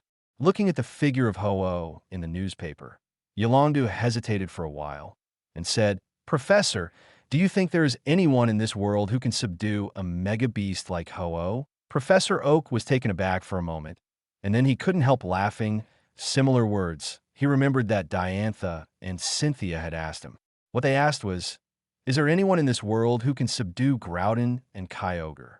Unexpectedly, Yolongdu said something similar when he saw Ho-Oh's figure today. That's right, this kind of Pokémon. Which trainer has never dreamed of it? Professor Oak joked to Yolongdu, "What? The Dragon Elite is going to be a Flying Elite or a Fire Elite." Then he said sternly, "Mega beasts like Ho-Oh, let alone mega beasts, are second-level beasts above the beast level. No one in this world can subdue it." Although there are rumors all over the world that people have tamed Zapdos, Articuno, and Moltres, these are not real divine birds. Song is a population of divine birds. The real divine birds cannot be subdued. They have the authority bestowed by heaven and earth. Professor Oak continued, "However, there is no absolute theory for everything. There is a special kind of people who can be followed by divine beasts, even mega-divine beasts. As a dragon trainer, you should know about Rayquaza, right?" Yolongdu nodded. The dragon-type mega beast, the god of soaring in the sky. Rayquaza, in the ultra-ancient period, beat Guladon and Kyogre, relying on one's own power to quell the terrifying existence of the dispute between the land and the sea. Professor Oak's next words made Yolongdu's eyes shrink. "Would you believe me if I said, Rayquaza once had a trainer?" Yolongdu is stunned. Rayquaza has trainer? That's right, Rayquaza once followed a person. Professor Oak said with a rare solemnity. "I searched all the historical monuments in the whole world to find some clues. This kind of person is called the God's Chosen One, and the gods and beasts will choose to follow him. When I was young and practiced, I saw God Chosen. He had Latios, Latia's Darkrai. The origin of God Chosen is very mysterious, and the specific number is unknown. Maybe only one will appear at the same time. It's also possible that when something happens, they will come into being. They seem to have their own special mission. The only thing we know is that the Chosen Ones have the ability to destroy the world. I don't know what their mission is. All in all, they are closely related to this world, and they have to rely on the power of the gods and beasts' power to accomplish a mission." After hearing this, Yolongdu fell into shock. So to say, the master of the island, the Lord Cynthia spoke of, is a chosen one. The chosen one to be followed by both holy beasts and Ho-Oh. Home Island. Naturally, Lu Chun didn't know that he had been made into a god chosen by a person he had never met face to face. Would you be baffled if you knew? Chosen? Holding a bunch of weak chickens. Where are the beasts? Home Island is peaceful. Sabrina and Lily are cutting the flower bed, cutting a lot of bright flowers and trying to learn flower arrangement. Gyarados and Scythers sparred on the sea.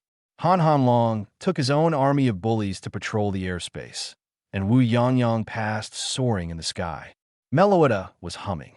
3 dogs are patrolling the island.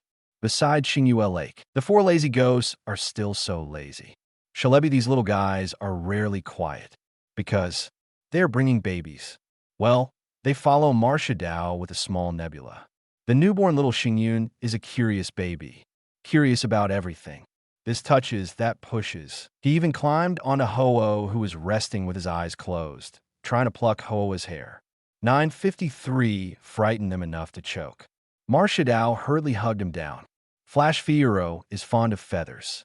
If you pull it out, you'll go crazy again. Marcia Dao was frightened and quickly hugged it down. A few of them followed closely behind like a novice dad. This scene made Lu Chen want to laugh. They were a group of little guys, and they actually started to bring little guys smaller than themselves. But there's a little guy on the island who is a little depressed. Not far from Xinyue Lake, there's a rock area. Energy condensed from Larvitar, and then a rock condensed in front of him, and the rock blasted towards soaring in the sky. But after flying more than 1 meter high, it fell straight down. Larvitar tried ice skills again. This is also true. It looked depressed when it came back from the gym with Han yesterday.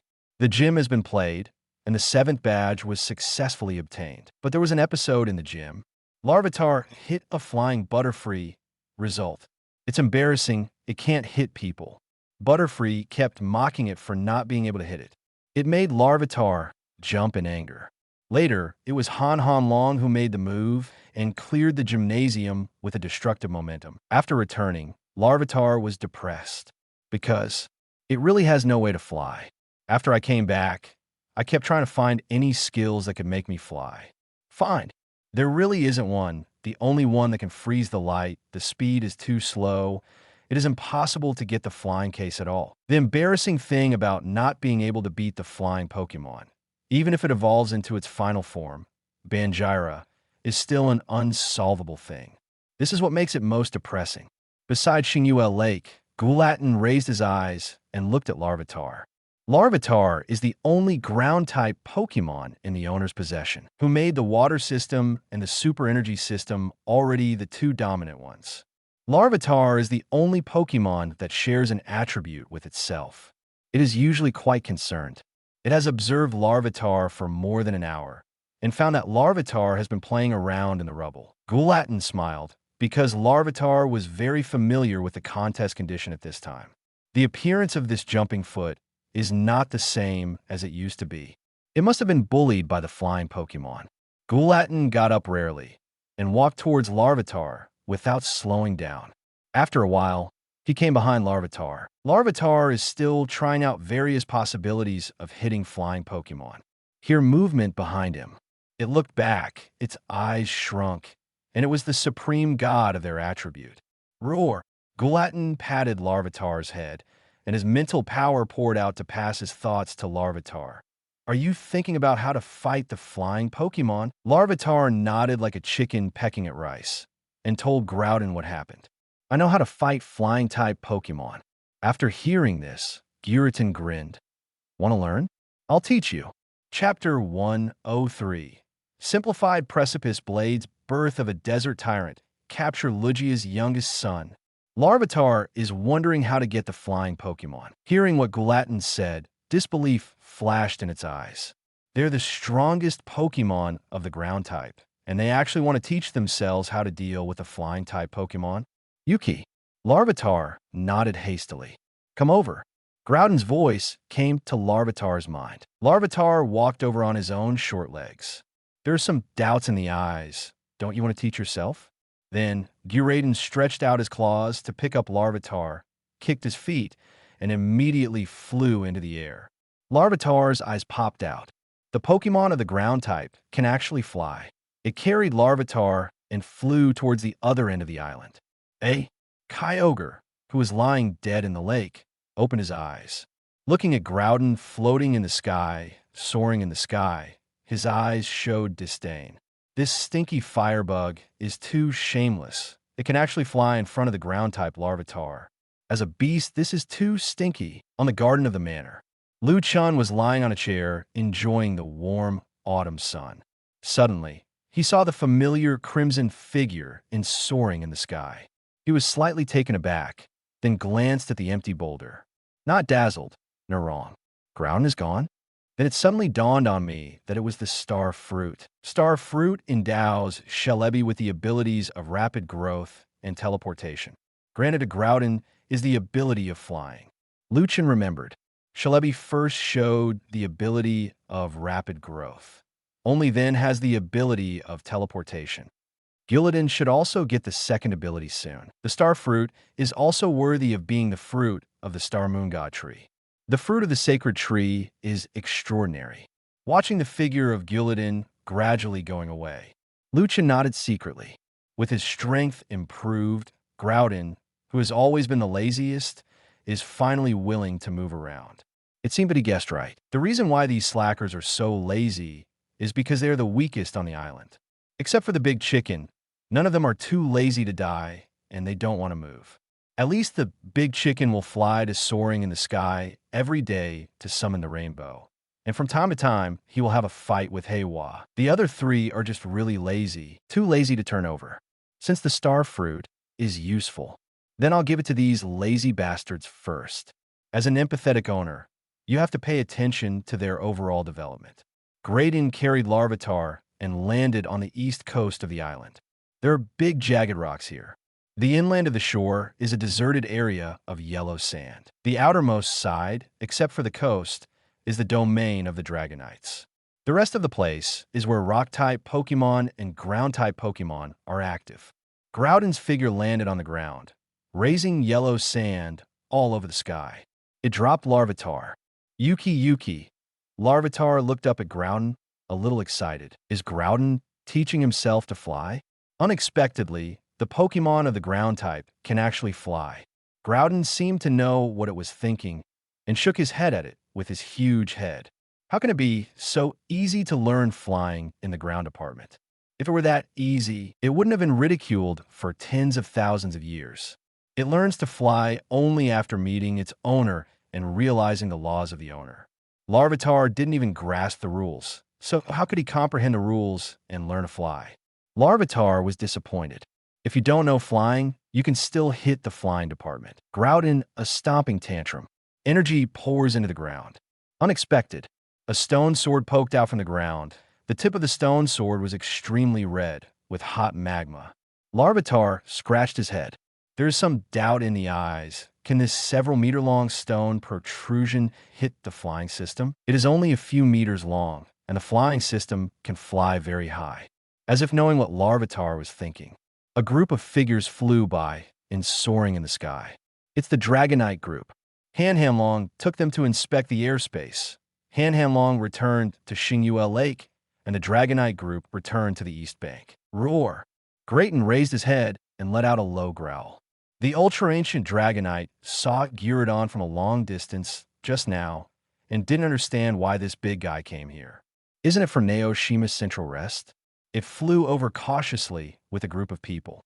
But he didn't expect the big guy to stop him. Let the Dragonite leader bring a group of Dragonite back. It turned its head, landed on the ground, and called out weakly to Guladon.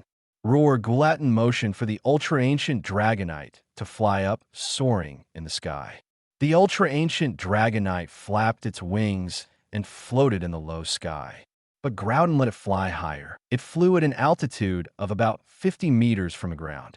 The super ancient Dragonite is a little puzzled. What does this boss want to do by himself? At this time, it saw the energy surge in Guladon's body. Before the thunder could cover its ears, a stone spur emerged from the ground directly below it, with hot magma condensed on the front end, which was red. The ultra-ancient Dragonite's pupils widened suddenly, and his heart was terrified. Precipice blades. Groudon's exclusive skill.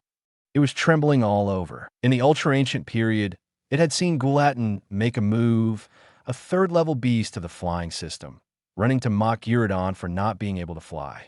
As a result, Guladon used this trick and gave the opponent a second on the spot. Now Guladon actually used its exclusive skill on himself. What did I do wrong? Did I offend Mr. Guladon? Its body was shaking, and it wanted to flap its wings to escape. But it has been locked by lock-on. Its body fell straight towards the precipice blades. At the front of the precipice blades, the magma condensed, and a terrifying energy gathered to form a fireball, just like the sun normal. Just when the ultra-ancient Dragonite was about to hit the precipice blades, Guladon's feet trembled slightly, and the ultra-ancient Dragonite found himself back in action and hurriedly flapped his wings. Chi at this moment. The condensed fireball on the top of the precipice blades, like a laser cannon, was extremely swift, turning into a flaming laser beam and blasting towards the super ancient Dragonite. The speed is so fast that it has no time to dodge. But just when it was about to attack it, energy loomed from Guladon's body, and the laser flames and the precipice blades protruding from the ground disappeared. Larvitar's eyes widened. This trick can really hit the flying Pokémon. However, why is this? Why did the super ancient Dragonite hit the protruding stone thorn straightly, even if the dual wing beat broke? Then, Guladon let the ultra-ancient Dragonite carry Larvitar into the sky to experience it for himself. The ultra-ancient Dragonite breathed a sigh of relief. It's not that I offended the boss. It's that this boss is going to teach Larvitar Precipice Blades. It blinked its eyes, and it remembered that Precipice Blades is an exclusive skill, a skill bestowed by the authority of heaven and earth, and cannot be acquired by others. It flies high in the sky, carrying Larvitar. Guladon repeated his tricks. Chila, a stone sword glowing with terrifying magma, protruded from the ground mob, fully 5 meters long. Suddenly, they seemed to be locked by some kind of lock-on. The ultra-ancient Dragonite fell straight towards the precipice blades as if hit by a hold spell. Larvitar felt his body was so heavy that he couldn't even lift his hands. The stone sword on the ground is like a powerful magnet. It finally knows why. Yes, gravity. Just when it was about to hit the precipice blades, gravity disappeared, and the ultra-ancient Dragonite flapped its wings. But then, the flame beam bombarded. Larvitar felt the power of suffocation. Under Guladon's manipulation, the flame beam disappeared. Half an hour. The ultra-ancient Dragonite is back with Larvitar. Driven away the ultra-ancient Dragonite, it growled at Larvitar. Feel it. Larvitar looked up at Guladon and nodded. 2 ways to attack. Guladon nodded. Yes, Precipice Blades do have 2 attack methods. Precipice Blades cast spells very fast. If Guladon returns to its original size, Precipice Blades can reach a size of 100 meters, so they're called precipices. Cliff, the cliff of the cliff. After restoring the body shape, the law of endowment is used, and it can even reach hundreds of meters. That is a towering cliff. Let me ask, if there's a battle, which of the flying Pokémon will fly as high as thousands? For normal battles, all flying Pokémon are flying at low altitudes. The Precipice Blades of more than 100 meters, coupled with the extremely fast casting speed, coupled with the terrifying gravity lock-on, are enough to directly penetrate the opponent. And if they were hit directly, the tip of the Precipice Blades would be condensed with terrifying power, and it would explode directly, like a nuclear bomb exploded. Even if the opponent dodges the extremely fast attack of Precipice Blades. There is also a second attack mode. The terrifying energy condensed on the top of the Precipice Blades will shoot out like a laser cannon. This is the exclusive skill given to Guladon by the power of the earth. Although one's feet are on the ground, one cannot fly, but if you fly in the air, don't think that if you leave the ground, you can look down on the ground and despise the ground. If you dare to power trip in front of the earth, then you will taste the wrath of heaven and earth. Yuki, Larvitar excitedly said to Guladon. It wants to learn. Precipice Blades is an exclusive skill bestowed by heaven and earth. Exclusiveness means exclusiveness, which cannot teach people. However, Guladon himself made a low-profile, simplified version based on Precipice Blades. It can also pose a threat to the flying Pokémon. To learn this trick, the most important thing is to feel gravity. Comprehend the skill of gravity. Guladon let Larvitar stand in the middle of the yellow sand ground, and when the energy on his body moved, the law slightly gushed out, using the authority of the god of the earth. Suddenly, the ground, gravity under Larvitar's feet has changed. Larvitar seemed to be carrying a mountain on his back, and almost fell directly on the ground. This is the lowest level of gravity Wait until you are familiar with it, and then slowly increase until you have learned gravity. Guladon said, "Of course you can give up." Yuki, thinking of the Butterfree mocking him, Larvitar growled firmly. It gritted its teeth, trembling slightly all over its body. Time flies. More than half a month passed quietly. Home Island. Business as usual. During this half-month, Mutwo and the 4 first-level gods sneaked out at night. Half a month has passed. Mutwo's obscure law anomalies, it's more than half clear. After a while, it will be completely clear. At that time, it will be promoted to the first level of Divine Beast. At this time, go to a corner in the center of the island, where the land is barren and the rock is exposed. Larvitar's body became much bigger than half a month ago. The eyes are piercing.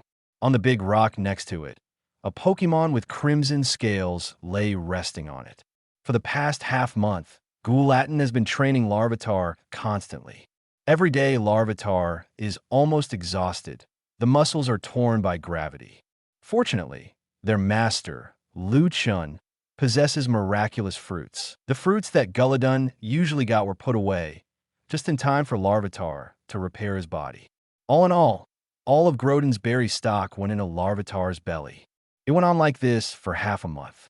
Larvitar has also adapted to the change from double gravity to 10 times gravity. Moreover, I also learned this skill myself. Its body is full of energy. As if waiting for an opportunity, it soars into the sky. Yuki. At this moment, Larvitar roared, his figure full of lightness. The sound resounded in the center of the entire island, and it also attracted Chen's attention. Chen and his 2 daughters rushed to hear the sound, and his Pokémon also flew to the doctor. The voices of Celebi and these little guys were a little anxious, thinking that something happened to their little friend Larvitar. Soon they walked over. Chen frowned. Larvitar's body was covered with white light. This is going to evolve. The intense white light enveloped Larvitar, and its shape was constantly changing inside. For a long time, the white light disappeared, and Larvitar has changed a lot. The faint blue body is wrapped by a thick hard shell. The entire contest condition is similar to a chrysalis. It has ferocious sharp horns, and its whole body is covered by a pupil-like hard shell with only a pair of eyes exposed. Pupitre. Through the system's probing function, Chen knew Larvitar's new name. Sand Pupitre let out a hum. Immediately, the disappearing white light shrouded its body again. This is going to evolve again? Really? White light covered Pupitre. In the white light, its body shape is constantly rising and changing drastically. Soon, Chen was looking up at the figure of the little guy who was supposed to look down in the white light. A huge roar sounded. Sand and stones were flying on the scene. The white light dissipated, and an extremely domineering figure appeared. The whole body is blue and black, like a large biped dinosaur. The whole body is covered with a faint blue armor shell. There are spikes of different sizes derived from the head, neck, and shoulders. There are sharp fangs in the mouth. Simultaneously, its body surface has swirling sand mixed with finely divided ice crystals. It looks like a tyrant. Banjira. Larvitar has become Banjira. Class. When the tyrant-like Banjira saw Chen, he immediately removed the gravel and ice crystals from his body. Like a puppy, Normal lay on the ground and leaned in front of Chen. "Yukino, Banjira, you've grown so big." Chen patted it, feeling in his mouth. The evolution of Pokémon is really amazing. Larvitar was so small that he could hug it. In the blink of an eye, Lihao has grown so big. It is more than enough to hug itself, and its shoulders can sit two of itself. Feeling the warmth of the master's palm, Banjira's eyes bent into crescents. Celebi, Marshadao, Pikachu, and Meloetta didn't expect their friends to become so big all of a sudden. These little guys, including little Nebula, climbed onto Banjira's body to play. It was a great time. Banjira turned her head and growled at Guladon, with gratitude and excitement in her voice. Guladon nodded and finally jumped off the boulder. He wandered back to the side of Xingyue Lake on his own big rock, when Chen and others lamented that Larvitar evolved into Banjira. And the other side, Kanto region. The appearance of Ho-Oh has attracted countless people to Cinnabar Island. After that, they couldn't find them, and they all dispersed.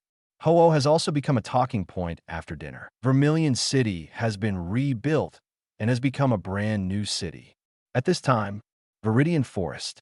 The Viridian Forest is very large, running across the Kanto and Chengdu regions. It is close to the outermost forest of the Kanto region, with the endless sea outside. Few people come here. I got it.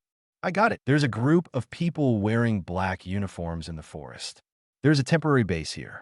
They're all Pokémon hunters. At this time, there is a special iron cage in front of them. A Pokémon is held in a cage.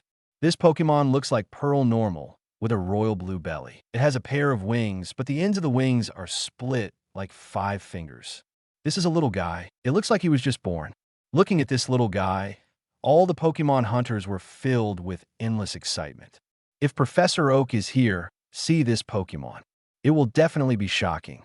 Lugia, another Mega Beast in Kanto. Lugia, illustration in this chapter. For Precipice Blades, this chapter is late. In the TV and theater version, the young Lugia appeared in the old version of Muin episode 222. Chapter 104. Furious Lugia Bandura vs. Sizer. Self-created version of Precipice Blades, Dark Cloud, covered City Desire in the cage. Little Lugia let out a cry of awe. It tries to pound the iron cage with its wings. But the cage is extremely strong, and it has just been born, so it has no ability at all. It curled up helplessly in the cage, trembling all over. With the psychic type, it can feel the hostility of the people in front of it. Their eyes frightened little Lugia, and a low moan came from her mouth. The Pokémon hunters looked at little Lugia with excitement and greed. The excitement in their hearts cannot be described in words. Mega Beast, Lugia. Unexpectedly, they would be able to capture this kind of Mega Beast one day. Boss, you are the best. The Pokémon hunter on the side faces the Pokémon hunter in the center. A young man about 30 years old, a head of black hair. The clothes on his body are also much more noble than those of the Pokémon hunter beside him. Hunter D. The name of the hunter organization is the Hunter Alliance, which is an underground alliance and a global alliance.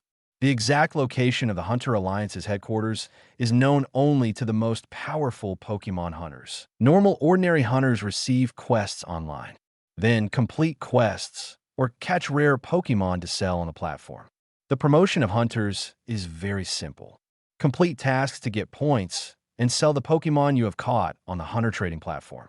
Points will be awarded based on the strength and rarity of the Pokémon sold. The more rare Pokémon you sell and the more quests you complete, the more points you get. Simultaneously, if you catch a rare Pokémon, you can get some points as long as you prove that you caught it without selling it. MO. There are 26 strongest hunters in the Hunter organization. Hunter A. Hunter Z. Pokémon hunters only have a code name, not a famous official. The 26 English letters represent the 26 strongest Pokémon hunters. They're a pack of hyenas. They are willing to do anything as long as they are willing to spend a lot of money to hire them.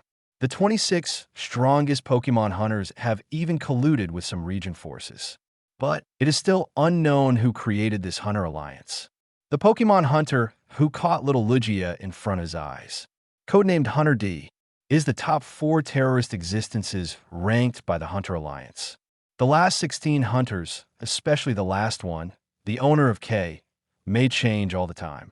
But the top 10 hasn't changed much. Hunter D looked at the little Lugia in the cage, and the joy in his eyes was undisguised. The legendary Mega Beast, Lugia. But this one is not the Mega Beast, but the youngest son of ordinary Lugia. Sure enough, as the rumors said, there is a population of Mega Beast Lugia. In this world, no one has ever owned a Mega Beast. A population similar to the 3 holy birds can be called 573 as a population of divine beasts with unlimited potential. Hunter D laughed. Then, this Lugia should become a mega mythical beast population. Its potential surpasses that of ordinary mythical beast populations by an unknown amount. Hunter D looked at little Lugia. This little Lugia will only be sold by a fool. Even if the growth cycle of the beast is long, it will grow one day. This Lugia cultivated by himself. After it grows up, it is enough to create a big mega family. Because recently the Kanto Alliance seems to be crazy and it is constantly conducting carpet searches. They were forced to have no choice but to hide in the sea and go far away. Unexpectedly, it was a blessing in disguise and found Lugia's youngest son. "Pack up, we're ready to go." Hunter D said, "I have to leave quickly. Since there's a young child, there must be an adult Lugia. Even if the opponent is not the legendary Mega Beast Lugia with the priesthood, but an ordinary Lugia. That strength is at least above the beast level, and they're not something they can mess with. If the other party finds it, it will be a big trouble." Deep at the edge of the Kanto Sea, a giant silver Pokémon schemes across the sea's sky. Every time it flaps its wings, it will send gust waves in the sea. This is Lugia, an adult female /SX Lugia. There are many precious berries and some power stones floating around Lugia. There was joy in its eyes. "My child should be able to come out of shell SMAO day, and I have to prepare it for its first meal in this world. Lay the groundwork for it." It went out to help little Lugia go foraging, looking for energy-filled stones and berries. But look carefully.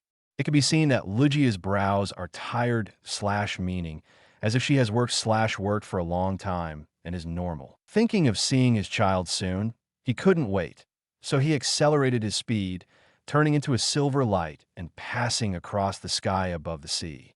Soon after, its huge body crashed into the sea, like a fish diving in the sea, not afraid of water at all. Soon came to Seabed Cave. The cave/cave has a strange energy, and there is no sea water in it. Soon to be a mother, Lugia couldn't hold back the joy in her heart. It jumped into it. Entering the cave/cave, the whole cave/cave is somewhat warm/warm, and the Yiming pearl-like stone on the top of the head emits luster. In the nest/cave, the Pokémon egg has been broken. There was joy and excitement in its eyes, and sure enough, it was born. After 100 years, I finally saw my child. The offspring of Mega Beasts are not so easy to be born. Because of their strength, heaven and earth also limited the number of their populations. From egg to hatch, it takes a full 100 years, and adult Lugia needs to deliver its original energy every day to lay a solid foundation before it can be born. In the past 100 years, Lugia's strength has also degraded greatly. Because it consumes its own original energy every day, it has retreated from the second-level beast to the third-level beast. "Wow, wow." Growl came out of Lugia's mouth, like a mother returning home, calling for her child. But didn't get a response. It was taken aback. "Is your child playing with you?" It called out again, and a pair of eyes were also searching in the nest. The whole nest/cave is not big. No, didn't see. Unexpected. Its nose moved, and it smelled a strange breath. It has lived in this nest/cave for hundreds of years, and what is already familiar can no longer be familiar. Then, it sees that something is wrong with the ground. Look down carefully. Boom. Lugia's mind went blank. Shoe prints. Humanity. Humans stole the heads of their children. Its eyes suddenly turned into a starry sky, violent and messy like sharp knives erupting from it. Immediately, the entire nest/cave was in a mess, and the walls were covered with dense scratches. Lugia crashed directly into the wall of the cave/burrow and rushed to the surface of the sea. Terrible aura came from it. It flapped its wings. The sea became violent, and the whole sea seemed to be angry. The sunny soaring in the sky was covered with dark clouds, and it began to rain heavily. It roared up to the sky. Terrifying confusion poured out and flooded its body. Its eyes were scarlet and ready to bleed. The nearest human settlement. Its eyes are fixed on the continent where the Kanto region is located. Boom! Flapping its wings, confusion gushes out. The terrifying sonic boom sounded, and the sea shook. Its figure swept towards the Kanto region, with a monstrous anger in its heart. Wherever it passed, the sea rolled and roared, and the rain poured down. Home Island. It's like a fairyland isolated from it, unaffected by everything outside. Larvitar evolved into Benjira.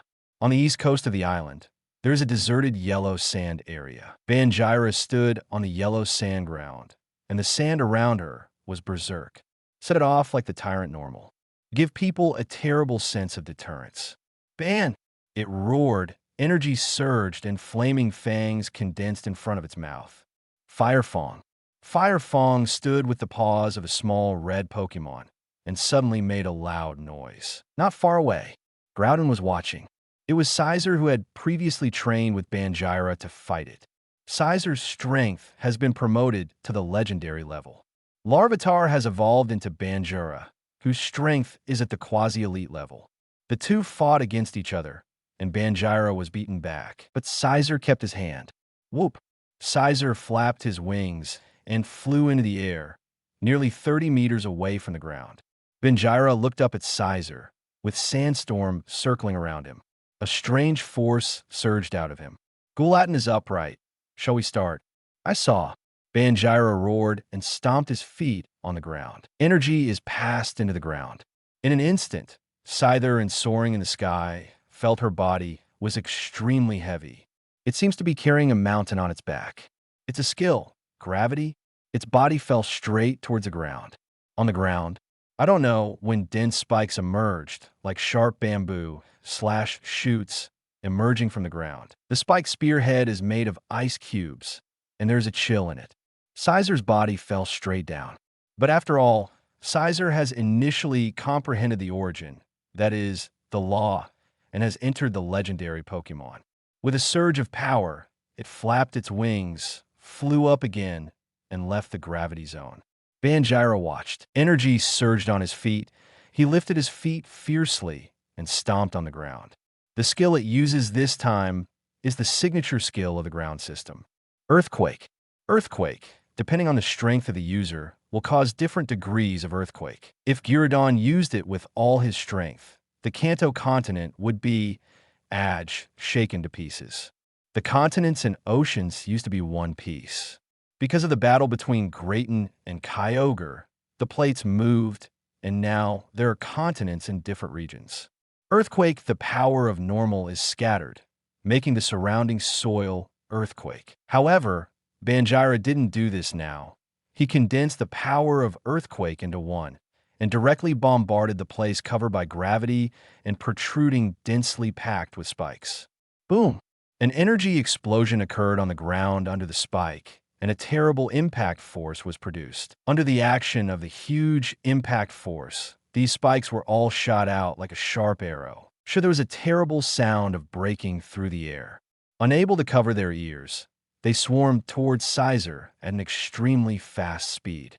Sizer quickly dodges. Swipe your big pincers to knock off these rock spikes. But the number is too much, densely packed. Boom! A sharp thorn hit it. The part that hit was the wings. The difference in level was too large, and the spikes did not cause any damage to it. Where the spike hit, the tip of the spike burst out with icy power. In an instant, a white spot appeared on its wings, and the ice crystals continued to spread, and half of its wings were frozen by ice. The speed also slowed down. Banjira's mouth was full of white light, and a white beam blasted out. Destroy the dead light. It evolved into the skills and moves that Banjira had comprehended. Sizer didn't keep his strength. The momentum surged, the ice crystals on his wings shattered, and he quickly flew into the air. White light brushed past its body, blasted into the sky, and disappeared. Banjira withdrew her momentum and called out to the giant pincer mantis. There was excitement in its eyes.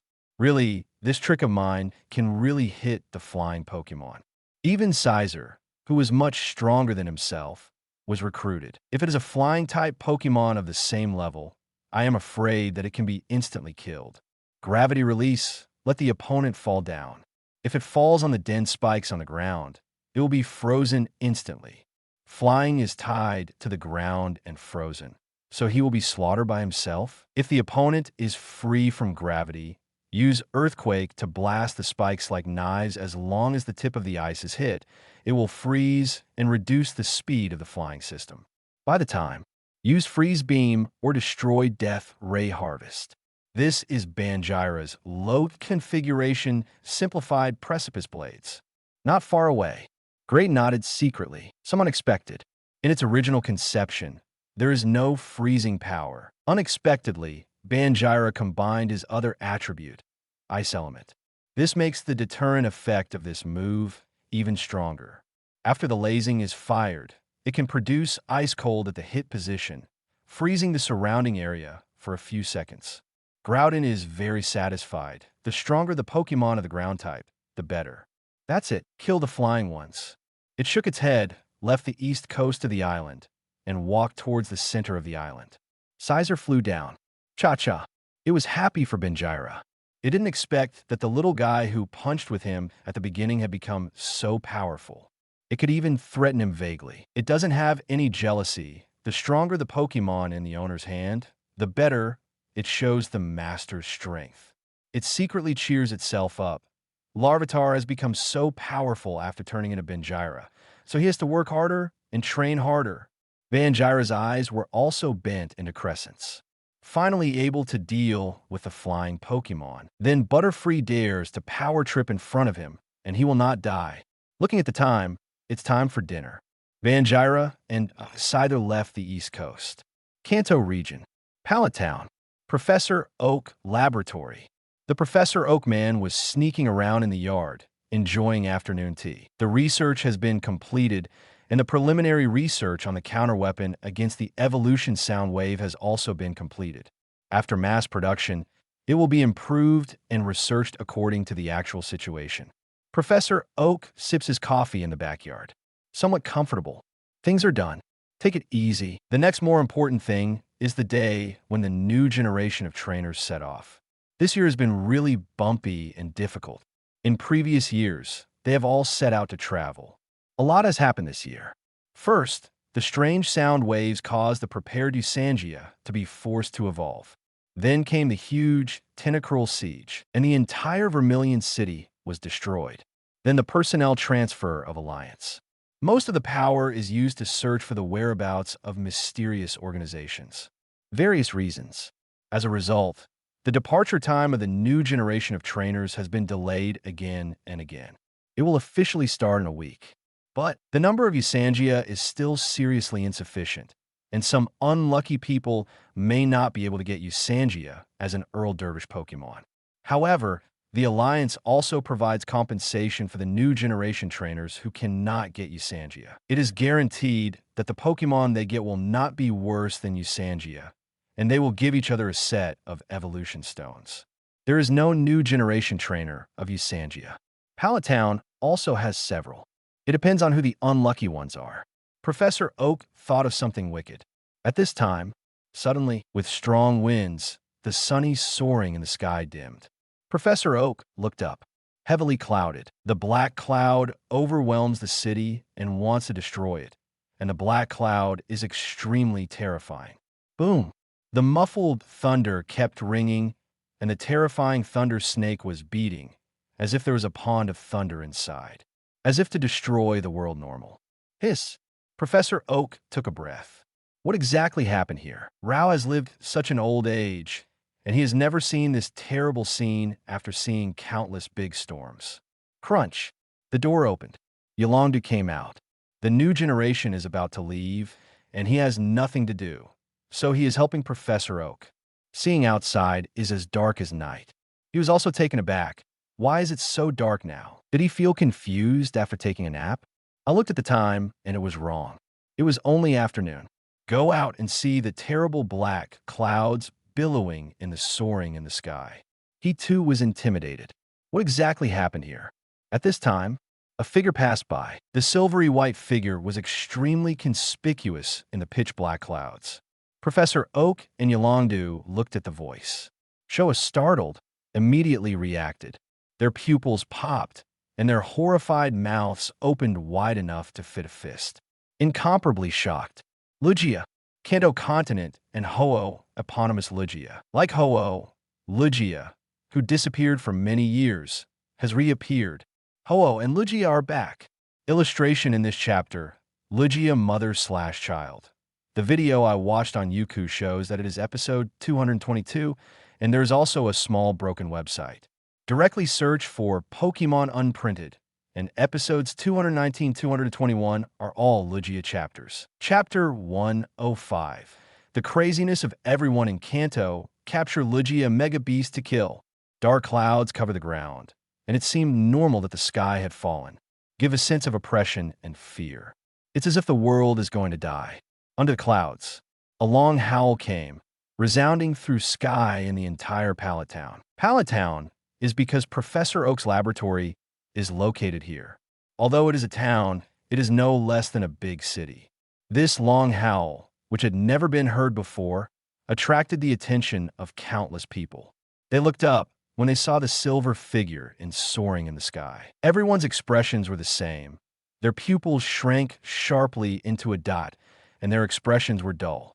Of course, there are also some trainers who are not very old, or who are going to leave after a while. They don't know what Pokemon it is and look puzzled. Lugia, the person next to him who came back to his senses, let out an incredible exclamation with a strong shock in his tone. These trainers, who didn't know Lugia, suddenly opened their pupils wide, and their expressions were exactly the same as those around them. This Pokemon turns out to be the legendary Lugia. Looking at the silver figure soaring in the sky, their scalps were numb, and their skin was covered with goosebumps. My heart was shocked. A Pokemon that is countless times stronger than the 3 holy beasts and the 3 god beasts. The Mega Beast of Kanto Land. The shock of each target cannot be described in words. They all grew up with the legend of Ho-Oh and Lugia. Some time ago, the Mega Beast Ho-Oh appears on Cinnabar Island. They also regret why Ho-Oh doesn't appear in Pallet Town. Some of them also flew to Cinnabar Island in person, hoping that Ho-Oh would appear again. But all disappointed, did not expect. Ho-Oh did not appear in Pallet Town's sky. Instead, Lugia, who is on the same level as Ho-Oh, appeared in Pallet Town. After the shock, endless excitement arose in their hearts. Call friend one by one and tell your friends. Simultaneously, TV station also took action and carried out a live broadcast. The news of Lugia's appearance in Pallet Town sky was transmitted to the entire Kanto region and even the Chengdu region through the live TV broadcast. Seeing the news, the entire Kanto continent was in an uproar. Immediately, every city is the same. The trainers soar into the air and gallop towards the direction of Pallet Town. With excitement in their eyes, they want to see the Mega Beast Lugia with their own eyes. Professor Oak Laboratory, backyard. Professor Oak took a deep breath to calm down the excitement and shock in his heart. He looked up at the silver figure soaring in the sky. The wrinkles on his face piled up, and he smiled like a child. This figure is too beautiful. Simply the most perfect Pokemon in the world. The communicator rang. Professor Oak took over. Oakhead, quick show me Lugia. Cynthia's grandfather, Professor Anliu's voice came from the communicator. Professor Oak pointed the camera of the communicator at the silver figure soaring in the sky. Is this the Mega Beast Lugia? Professor Anliu's face was almost stuck on the screen. His eyes were shining brightly, as if he saw a peerless beauty with red/fruits. His face looked like a fool. They have all seen ordinary divine beasts, but this is the first time I've seen the figure of a Mega Beast in most of my life. I thought I was lost in this life. Unexpectedly, when I was fast entering the coffin, I was lucky enough to see the figure of the Mega Beast, and I died without regret. Oh! Lugia growled soaring in the sky. Then he flapped his wings, left Pallet Town, and headed towards the inner Lu Fei of the Kanto continent. Lugia is leaving. There was a noisy sound outside, and then the trainers released their flying-type Pokemon and chased after them. Okay, is there something wrong with Lugia's contest condition? Anliu Professor's voice came. Professor Oak was startled. He looked at the figure of Lugia in the distance. Lugia was flying very slowly. It makes a roar from time to time, with anxiety in its voice. It's looking down at the ground. This look seems to be looking for something. However, he was a little uncertain. Go, let's follow and have a look, he said to Yolongdu. Yolongdu released Dragonite, and the two rode up. Dragonite catches up to Lugia in no time. He stared carefully for a while. Lugia lowered her head. Her eyes kept sweeping over the ground, and the spiritual power spread out from her body. Professor Oak determined what was on his mind. Lugia, it didn't just pass by, it was looking for something. Lugia is known for her speed in the legends, and she rides the wind. If they're really passing by, they are the only ones chasing them? Isn't that just thinking about farts? B. What is it looking for? Oakhead, do you think the appearance of Lugia in the video? Professor Anliu paused. It's like a mother looking for a lost child. Boom. Like thunder in the day. Professor Oak's eyes widened. That's right. Lugia looks like a mother who has lost her child and is looking around anxiously. Correct. Professor Oak remembered that it was rumored that Lugia, like the three holy birds, had its own population. Professor Oak also discovered that the Lugia in front of him was a little weak. It doesn't have the terrifying aura of Mega Beast. Even in terms of oppression, it is not as good as the ultra-ancient Dragonite. Therefore, this Lugia in front of me is not the legendary Mega Beast with the ability to destroy heaven and earth. It's just regular Lugia. So to say, her child was stolen? Lugia's figure passed slowly in the soaring in the sky. It was extremely anxious. Psychic Pokémon all have special senses. Somehow, it can feel that its own child is on this piece of land. There was anxiety in the scarlet eyes. The spiritual power burst out without the slightest reservation, and it searched for the breath of its own child inch by inch. Boom! Soaring in the sky, there was a heavy rainstorm, and the rain poured down. In soaring in the sky, the trainers who followed were drowned. The fire-type Pokémon of Charizard and his like seemed particularly uncomfortable under the heavy rain, and the tail flames on their tails shrunk by a large circle. Professor Oak unleashes his Sun Pokémon. The Sun Pokémon Confusion poured down, forming a protective cover around the body to isolate the rain. Rao was drenched in water. It can't extinguish everyone's fiery hearts towards Mega Beasts. As the news continues to spread, there were people coming from all directions. In soaring in the sky, soon densely packed with flying-type Pokémon, carrying their masters on them. In the Kanto region, some big families that are close have also arrived. And that's not all. This is only a part, and there's still a steady stream of people on the way. Dark clouds cover the top, and the rain poured down. Lugia has already crossed more than half of the Kanto region, and her body is floating in the Viridian Forest next to Pewter City. Mo, a small town in the urban area next door to Pewter City. Hunter D looked at the screen of Lugia in the town. His scalp tingled. It really came to the door. They had already packed up, and they were about to leave the Kanto region for the long journey of flying. They were low on fuel and supplies. The flying machine docked in the forest clearing of the town, and he came to buy supplies. Looking at Lugia with scarlet eyes on the screen, it is constantly looking for something. Hunter D released his flying Pokémon.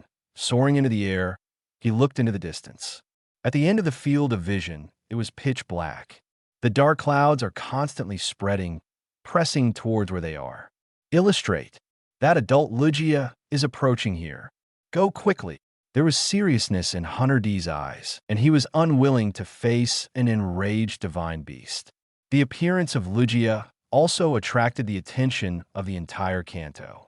If Lugia found him, he would have exposed himself and captured Lugia Baby.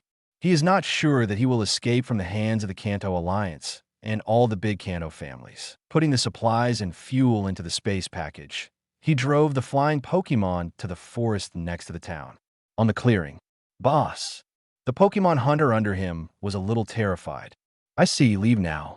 On Hunter D's forearm, he wore a metal hard shell similar to a cuff, which wrapped his little arm. Raising his hand, the hard metal shell opened, revealing the tight body. He pressed a button. In the open space, a flying system appeared, full of science fiction. Inject fuel into the flying unit. The hatch opens. A group of people walked up. In the cabin, there are many materials and advanced technological weapons of Pokémon hunters. There is an iron cage here, and the silver-white baby Lugia is imprisoned in the cage. Little Lugia's eyes were very helpless. The flying machine took off, and then the whole machine actually began to slowly disappear, hiding in the air. It's invisible. The propeller advances. The flying machines have left the forest sky, and they are leaving the Kanto region. A smile appeared on Hunter D's face. The Kanto Alliance and the big families of the Kanto region. Lugia's wrath is up to you to bear.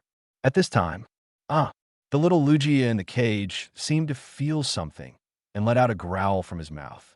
Its pupils suddenly glowed blue. Woo! It raised its head and let out a high-pitched and long howl. The penetrating power of the sound was extremely strong. Then, it seemed as if its whole body had lost its strength, its head lying on the ground, its expression slightly squinted, and its eyelids drooping.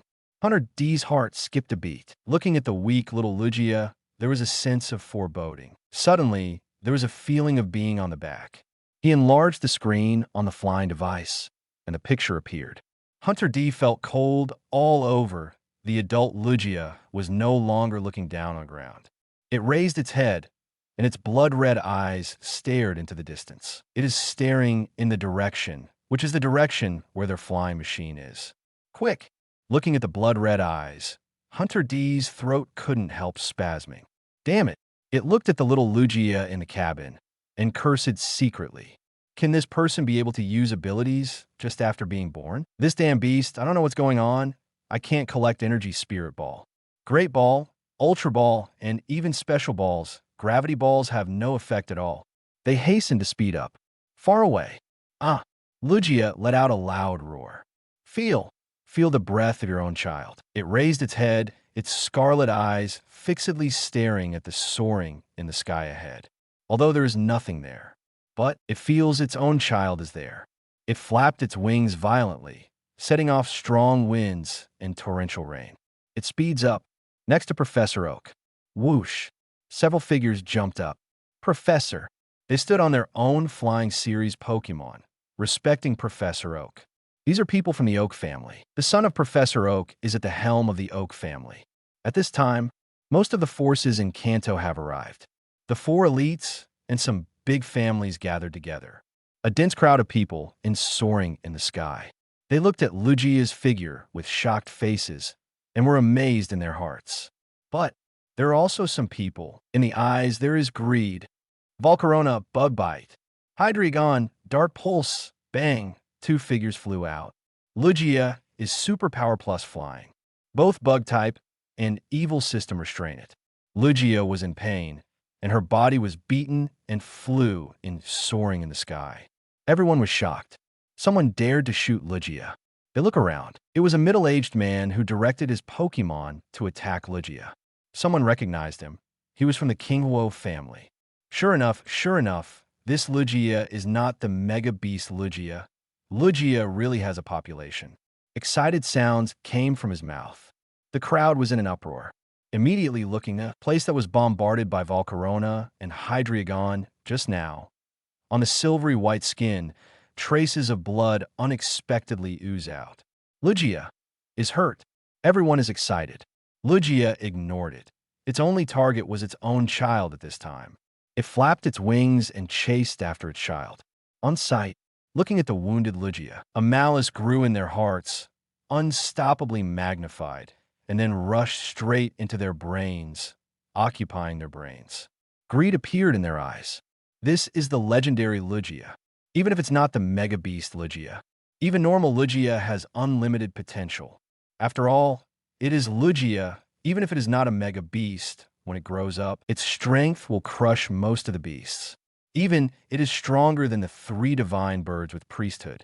If you can catch it, then become the best trainer in the whole world's mightiest, and your own family will become the strongest family. For a while, everyone is crazy, all throughout their Pokémon. Professor, should we call someone over? Next to Professor Oak, a humane of the Oak family. Dispel your idea. Professor Oak's face darkened. Although he wanted to study Lugia, he never forced or maliciously captured the beast for research. Usually, even if it is an experiment, it will follow Pokémon's own wishes and never force it. It's his love for Pokémon. It is also because of this that he will become the world-renowned professor of Pokémon research. The Lugia in front of her must be looking for her own child. And Professor Oak's face was also serious. According to research, Mega mythical beasts all represent certain rules and authority of heaven and earth. Once something happens to this mega mythical beast, the world will undergo terrible changes, and it will lead to extremely serious consequences. Although this Lugia is not the Mega Lugia that has the authority of heaven and earth, Professor Oak was very disturbed. If you do anything to this Lugia, there will be terrible consequences or disaster. This is the perception of danger. He has a special ability since he was a child, which has saved him from danger countless times since he was a child. He guessed that maybe this ordinary Lugia also has a part of the power of heaven and earth. Once it is damaged or captured, the rules of heaven and earth will be out of balance. Yolongdu originally had thoughts in his heart, Lugia, who wouldn't want it? But seeing Professor Oak yell at the people around him, he was shocked. Since it was Ho-Oh who showed up last time, Ho-Oh is the Pokémon on that island. And also, the previous Ultra Ancient Dragonite was also related to that one. Over the past year, all the shocking Pokémon that have appeared in the Kanto region are related to that person. Could this Lugia be related to that? Think of the terrifying strength of that one. If this Lugia is really related to that, these people will injure or capture him. If that gets angry, the Super Ancient Dragonite came with 3 Super Ancient Pokémon and the Dragonite group. Ho-Oh brought the 3 holy beasts to kill, and the densely packed Pokémon on the island all attack Kanto. So, whoever did it to Lugia will end well. Thinking of this scene, Yolongdu's breathing almost stopped and his scalp went numb. He quickly took out the communicator.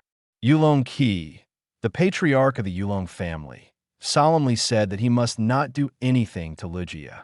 Originally, Yolongki was on the way here, but on the way, he heard that this was not the Mega Beast. This Lugia was at the level of a beast, and if he had a chance to capture it, he wanted to go back and bring all the Dragonites of the family to fight for this Lugia. But hearing the fear and solemnity in Yolongdu's words, he nodded, expressing that he would not do anything to Lugia. They have also seen Yolongdu's recent performance. The reason why the beast-level Dragonite can come back is due to him. Yolongdu must have known something for such an exhortation. Professor, let's stop them. Yolongdu said, Oak Industry, you go to the family and bring all the top fighters to stop these people. Yolongdu patted his own Dragonite. Dragonite understood and spread his wings and flew over. Stop! Seeing the people who were about to move, Professor Oak shouted. The existence of this kind of mega beast is related to the movement of the heaven and the earth. If you do it without authorization, I don't know what terrible things will happen. Things. Maybe the rules of the world will change. If you dare to move, you will be enemies with our Tian family. Similarly, it is also an enemy of my Yulong family. Professor Oak stood on Dragonite's back, looking around, extremely domineering. It's Professor Oak and Yolongdu. People around recognize them. Professor Oak is well known all over the world, and the Oak family is the most aloof family in the entire Kanto. Not to mention the Yulong family, the most popular family in the Kanto region recently. I like Grass-type Pokémon very much, and Leaf Pokémon allows me to have the Grass-type Pokémon of my dreams. According to the trainer, he took his Pokémon back to the Pokeball. Then he drove the flying Pokémon to the outermost edge, saying that he would not attack Lugia. Yeah, even if this kind of Mega Beast is to be captured, what does it have to do with us? Also, if a Pokémon is injured, it will cost a lot of money to go to the Pokémon Center at that time, blood loss. Professor Oak's face is still very useful. His theory of EV evolution and the discovery of evolutionary fossils, and the resurrection of ancient fossils. Most of the trainers in the world owe him favors. For a moment, the black and black people flew away from the center, ran to the outermost edge. None of them are stupid. They were overwhelmed by greed just now. After calming down, think about it carefully, even if this Lugia can catch it. What does it have to do with them? It's not about being free fighters for those big families. The big family's presence showed dissatisfaction because the old professor was meddling in his own business. The free thugs actually messed him up. Looking at the rest of the people, there is still a large part of hesitation. They know they can't delay. A group of Kanto families exchanged ideas and decided to take down Lugia first, and then each will use his own ability. As for the Oak family and Yulong family not participating, humph. No matter how detached the Oak family is, as long as Lugia is caught, they will crush each other in minutes. Zero seeking flowers. Don't be fooled. The Oak family's status is aloof. He is afraid that we will get Lugia and threaten the status of the Oak family. The Yulong family and the Oak family are the same breed, and the legendary Pokémon, the Mega Beast population, is right in front of us. If it drags on, Lugia will leave the Kanto region and enter the sea. It is said that Lugia is also the god of the sea. Once it enters the sea, it will be like finding a needle in a haystack. It may not be possible in this life. There will be such an opportunity. Someone from the family came out to bewitch me. In an instant, the eyes of those hesitant people appraised again, throwing out Pokémon one by one. Most people's main Pokémon can't fly. Let's knock it down first. The Kinghuo family said humanely. Scyther Tianhua, Bai Jiao Steel Wing, Gyarados destroy the Death Ray. Hydreigon Dark Pulse, Volcarona, big characters explode. A swarm of Pokémon attacked Lugia. All of a sudden, the colorful energy permeates, soaring in the sky, reflecting the colorful colors of the dark soaring in the sky. Bang bang. All the skills were condensed into one, and they hit Lugia's back straight. Terrifying light enveloped Lugia's whole body. A piece of horror. Lugia's huge figure hit the ground heavily. It smashed a mountain into pieces. A scream came from Lugia's mouth. Everyone is excited. They quickly threw out their other Pokeballs, and for a while, white light flickered on the ground, covered with densely packed Pokémon. Lugia's scarlet eyes swept across the audience with murderous intent. Humanity.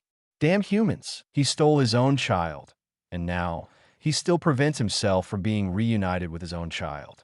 These humans are with the humans who stole their own children. Humanity, damn it. Countless skills bombarded towards it. Lugia flapped her wings. Like countless sharp blades blowing away, the ancient trees were uprooted like air cannons. Bang bang. Countless Pokémon have been whirlwind. Immediately afterwards, confusion gushes out, then shocks. Soaring in the sky made dumplings, and countless flying-type Pokémon rustled and fell to the ground. All Pokémon below the champion level are instantly killed. The dense Pokémon army has become extremely sparse, with only a few sporadic ones standing in the sky. Lugia looked listless. Without a full second drop, with the previous strength, no one present can escape.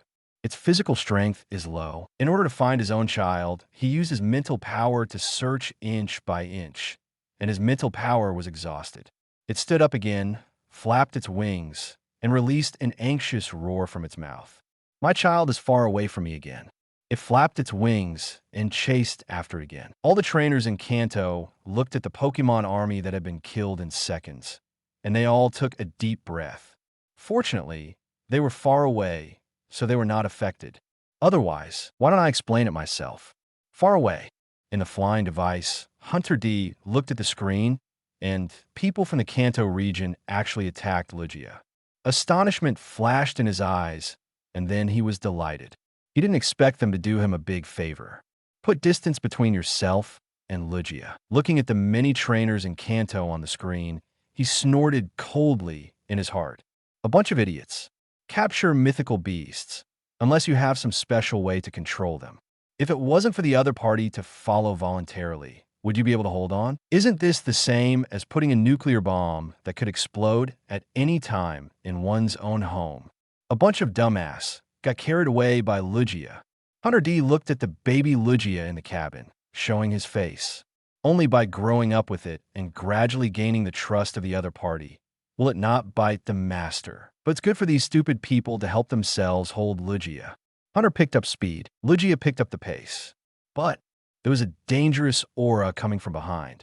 A terrible energy attack traversed the sky and then exploded on Lugia with a bang. More than a dozen Pokémon vacated. The momentum is extremely terrifying.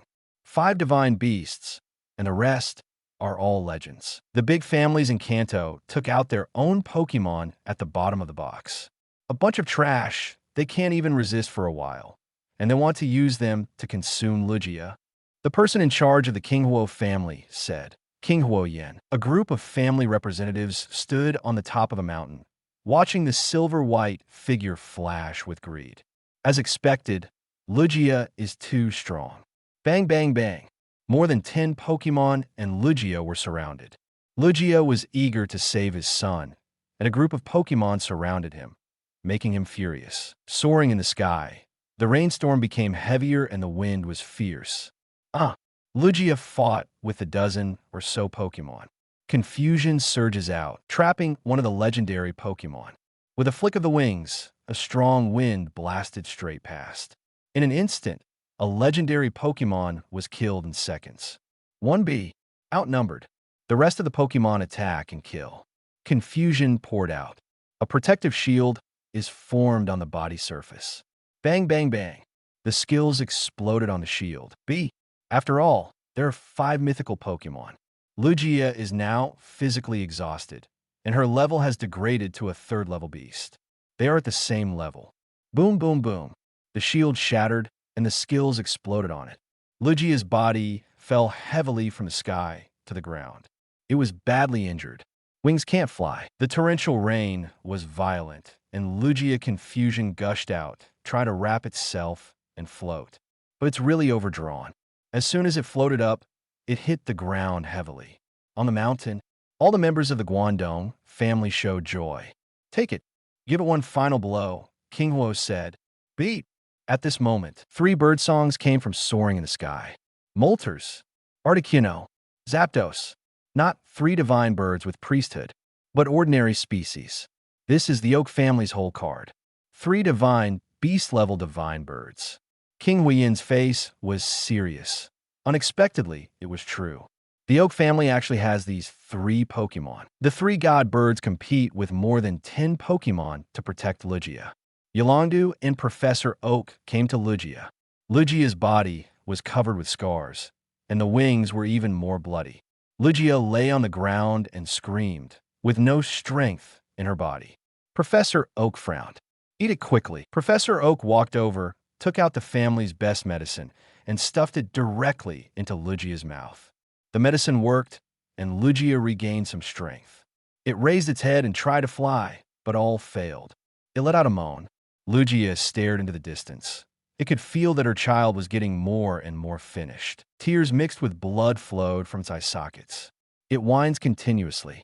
The sky and the earth cried, and the heavy rain blocked even the sight. It looked up to the sky and let out a long cry, with despair in its voice. It's okay. I've sent someone there.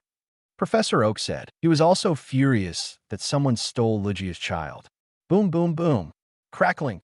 At this moment, soaring in the sky seemed to split open. The torrential rain was extremely terrifying. It was no longer torrential rain, but it was like sea water pouring down directly from the sky. God, earthquake rage. The terrifying momentum made the entire Kanto tremble. It seems that the power of heaven and earth is oppressing the entire Kanto region. A sound of fury resounded between heaven and earth. It was a silver-white figure the size of a hill. The speed is incomparably fast. Where this figure passed, the power of heaven and earth was set off. The law trembled, the earth split open, and the mountain peak was broken. Going far away, the whole land is like a well-made domino pushed by a hand, and then the land is constantly cracking and collapsing. The terrifying aura oppressed everyone's hearts. The figure screamed, with a raging anger in his voice. Bang, bang, soaring in the sky, a pillar of thunder. No, a sea of fragrant sun splits down. 5 mythical Pokémon and a group of legendary Pokémon didn't even respond. Instantly kill. The body became scorched black and hit the ground. Countless people were horrified, and the 5 beast-level Pokémon fell in seconds. The figure is getting closer. Everyone's pupils contracted. Another Lugia. Professor Oak felt the terrifying aura and the terrifying majesty of the world. He wriggled his throat with difficulty. Lugia, that, a mega beast as famous as Home Island. Ho looked up. It looked into the distance in amazement. It's that guy Luigi Azora. Crashed, was invited by a friend to enter a 9,000-word spelling room, and then directly locked on it. It just came out now. This chapter is 9,500 words. There are no chapters. I didn't eat the meal, and then coded the next chapter. Chapter 106.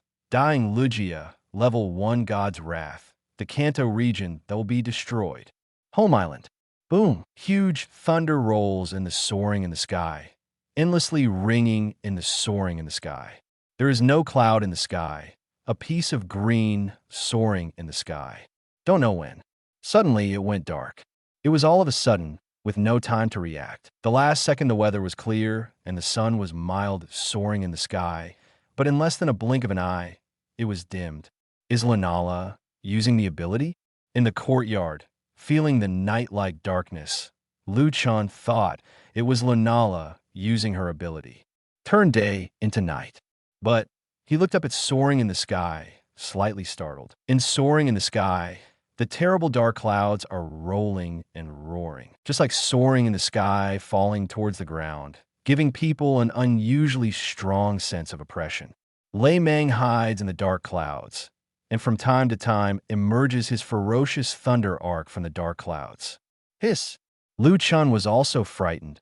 It was the first time he had seen such a scene. Heavy rain? Typhoon? At the entrance, the entire soaring in the sky was overturned by this dark cloud. It's going to rain heavily. Let's pack up and go in and hide. After speaking to the two girls, Liu Chen said to Shalebi and the little fellows, Shalebi, stop playing and go hide in the manor. Around Xingyue Lake, all the first-level gods looked up at soaring in the sky. There was a lawful movement, and the world became chilling. They feel that this is the same level of power. This Pokémon of the same level was furious and directly used the power of the law. Berry Fields, Ho-Oh's lair. Ho-Oh raised his head and felt it carefully. It is the power of Lugia.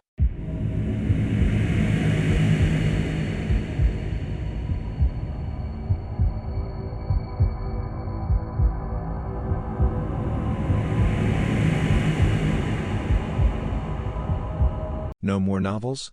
Take part in the voting. The most requested novels and those with the most likes will be chosen for publication on euroaudiobooks.com. There, I can upload as much as I want without the risk of receiving a strike. Our 18 novels and other content that exceed what is morally acceptable are only published on Patreon or the free novels page. Remember, the site is funded by donations on Ko-fi and Patreon memberships.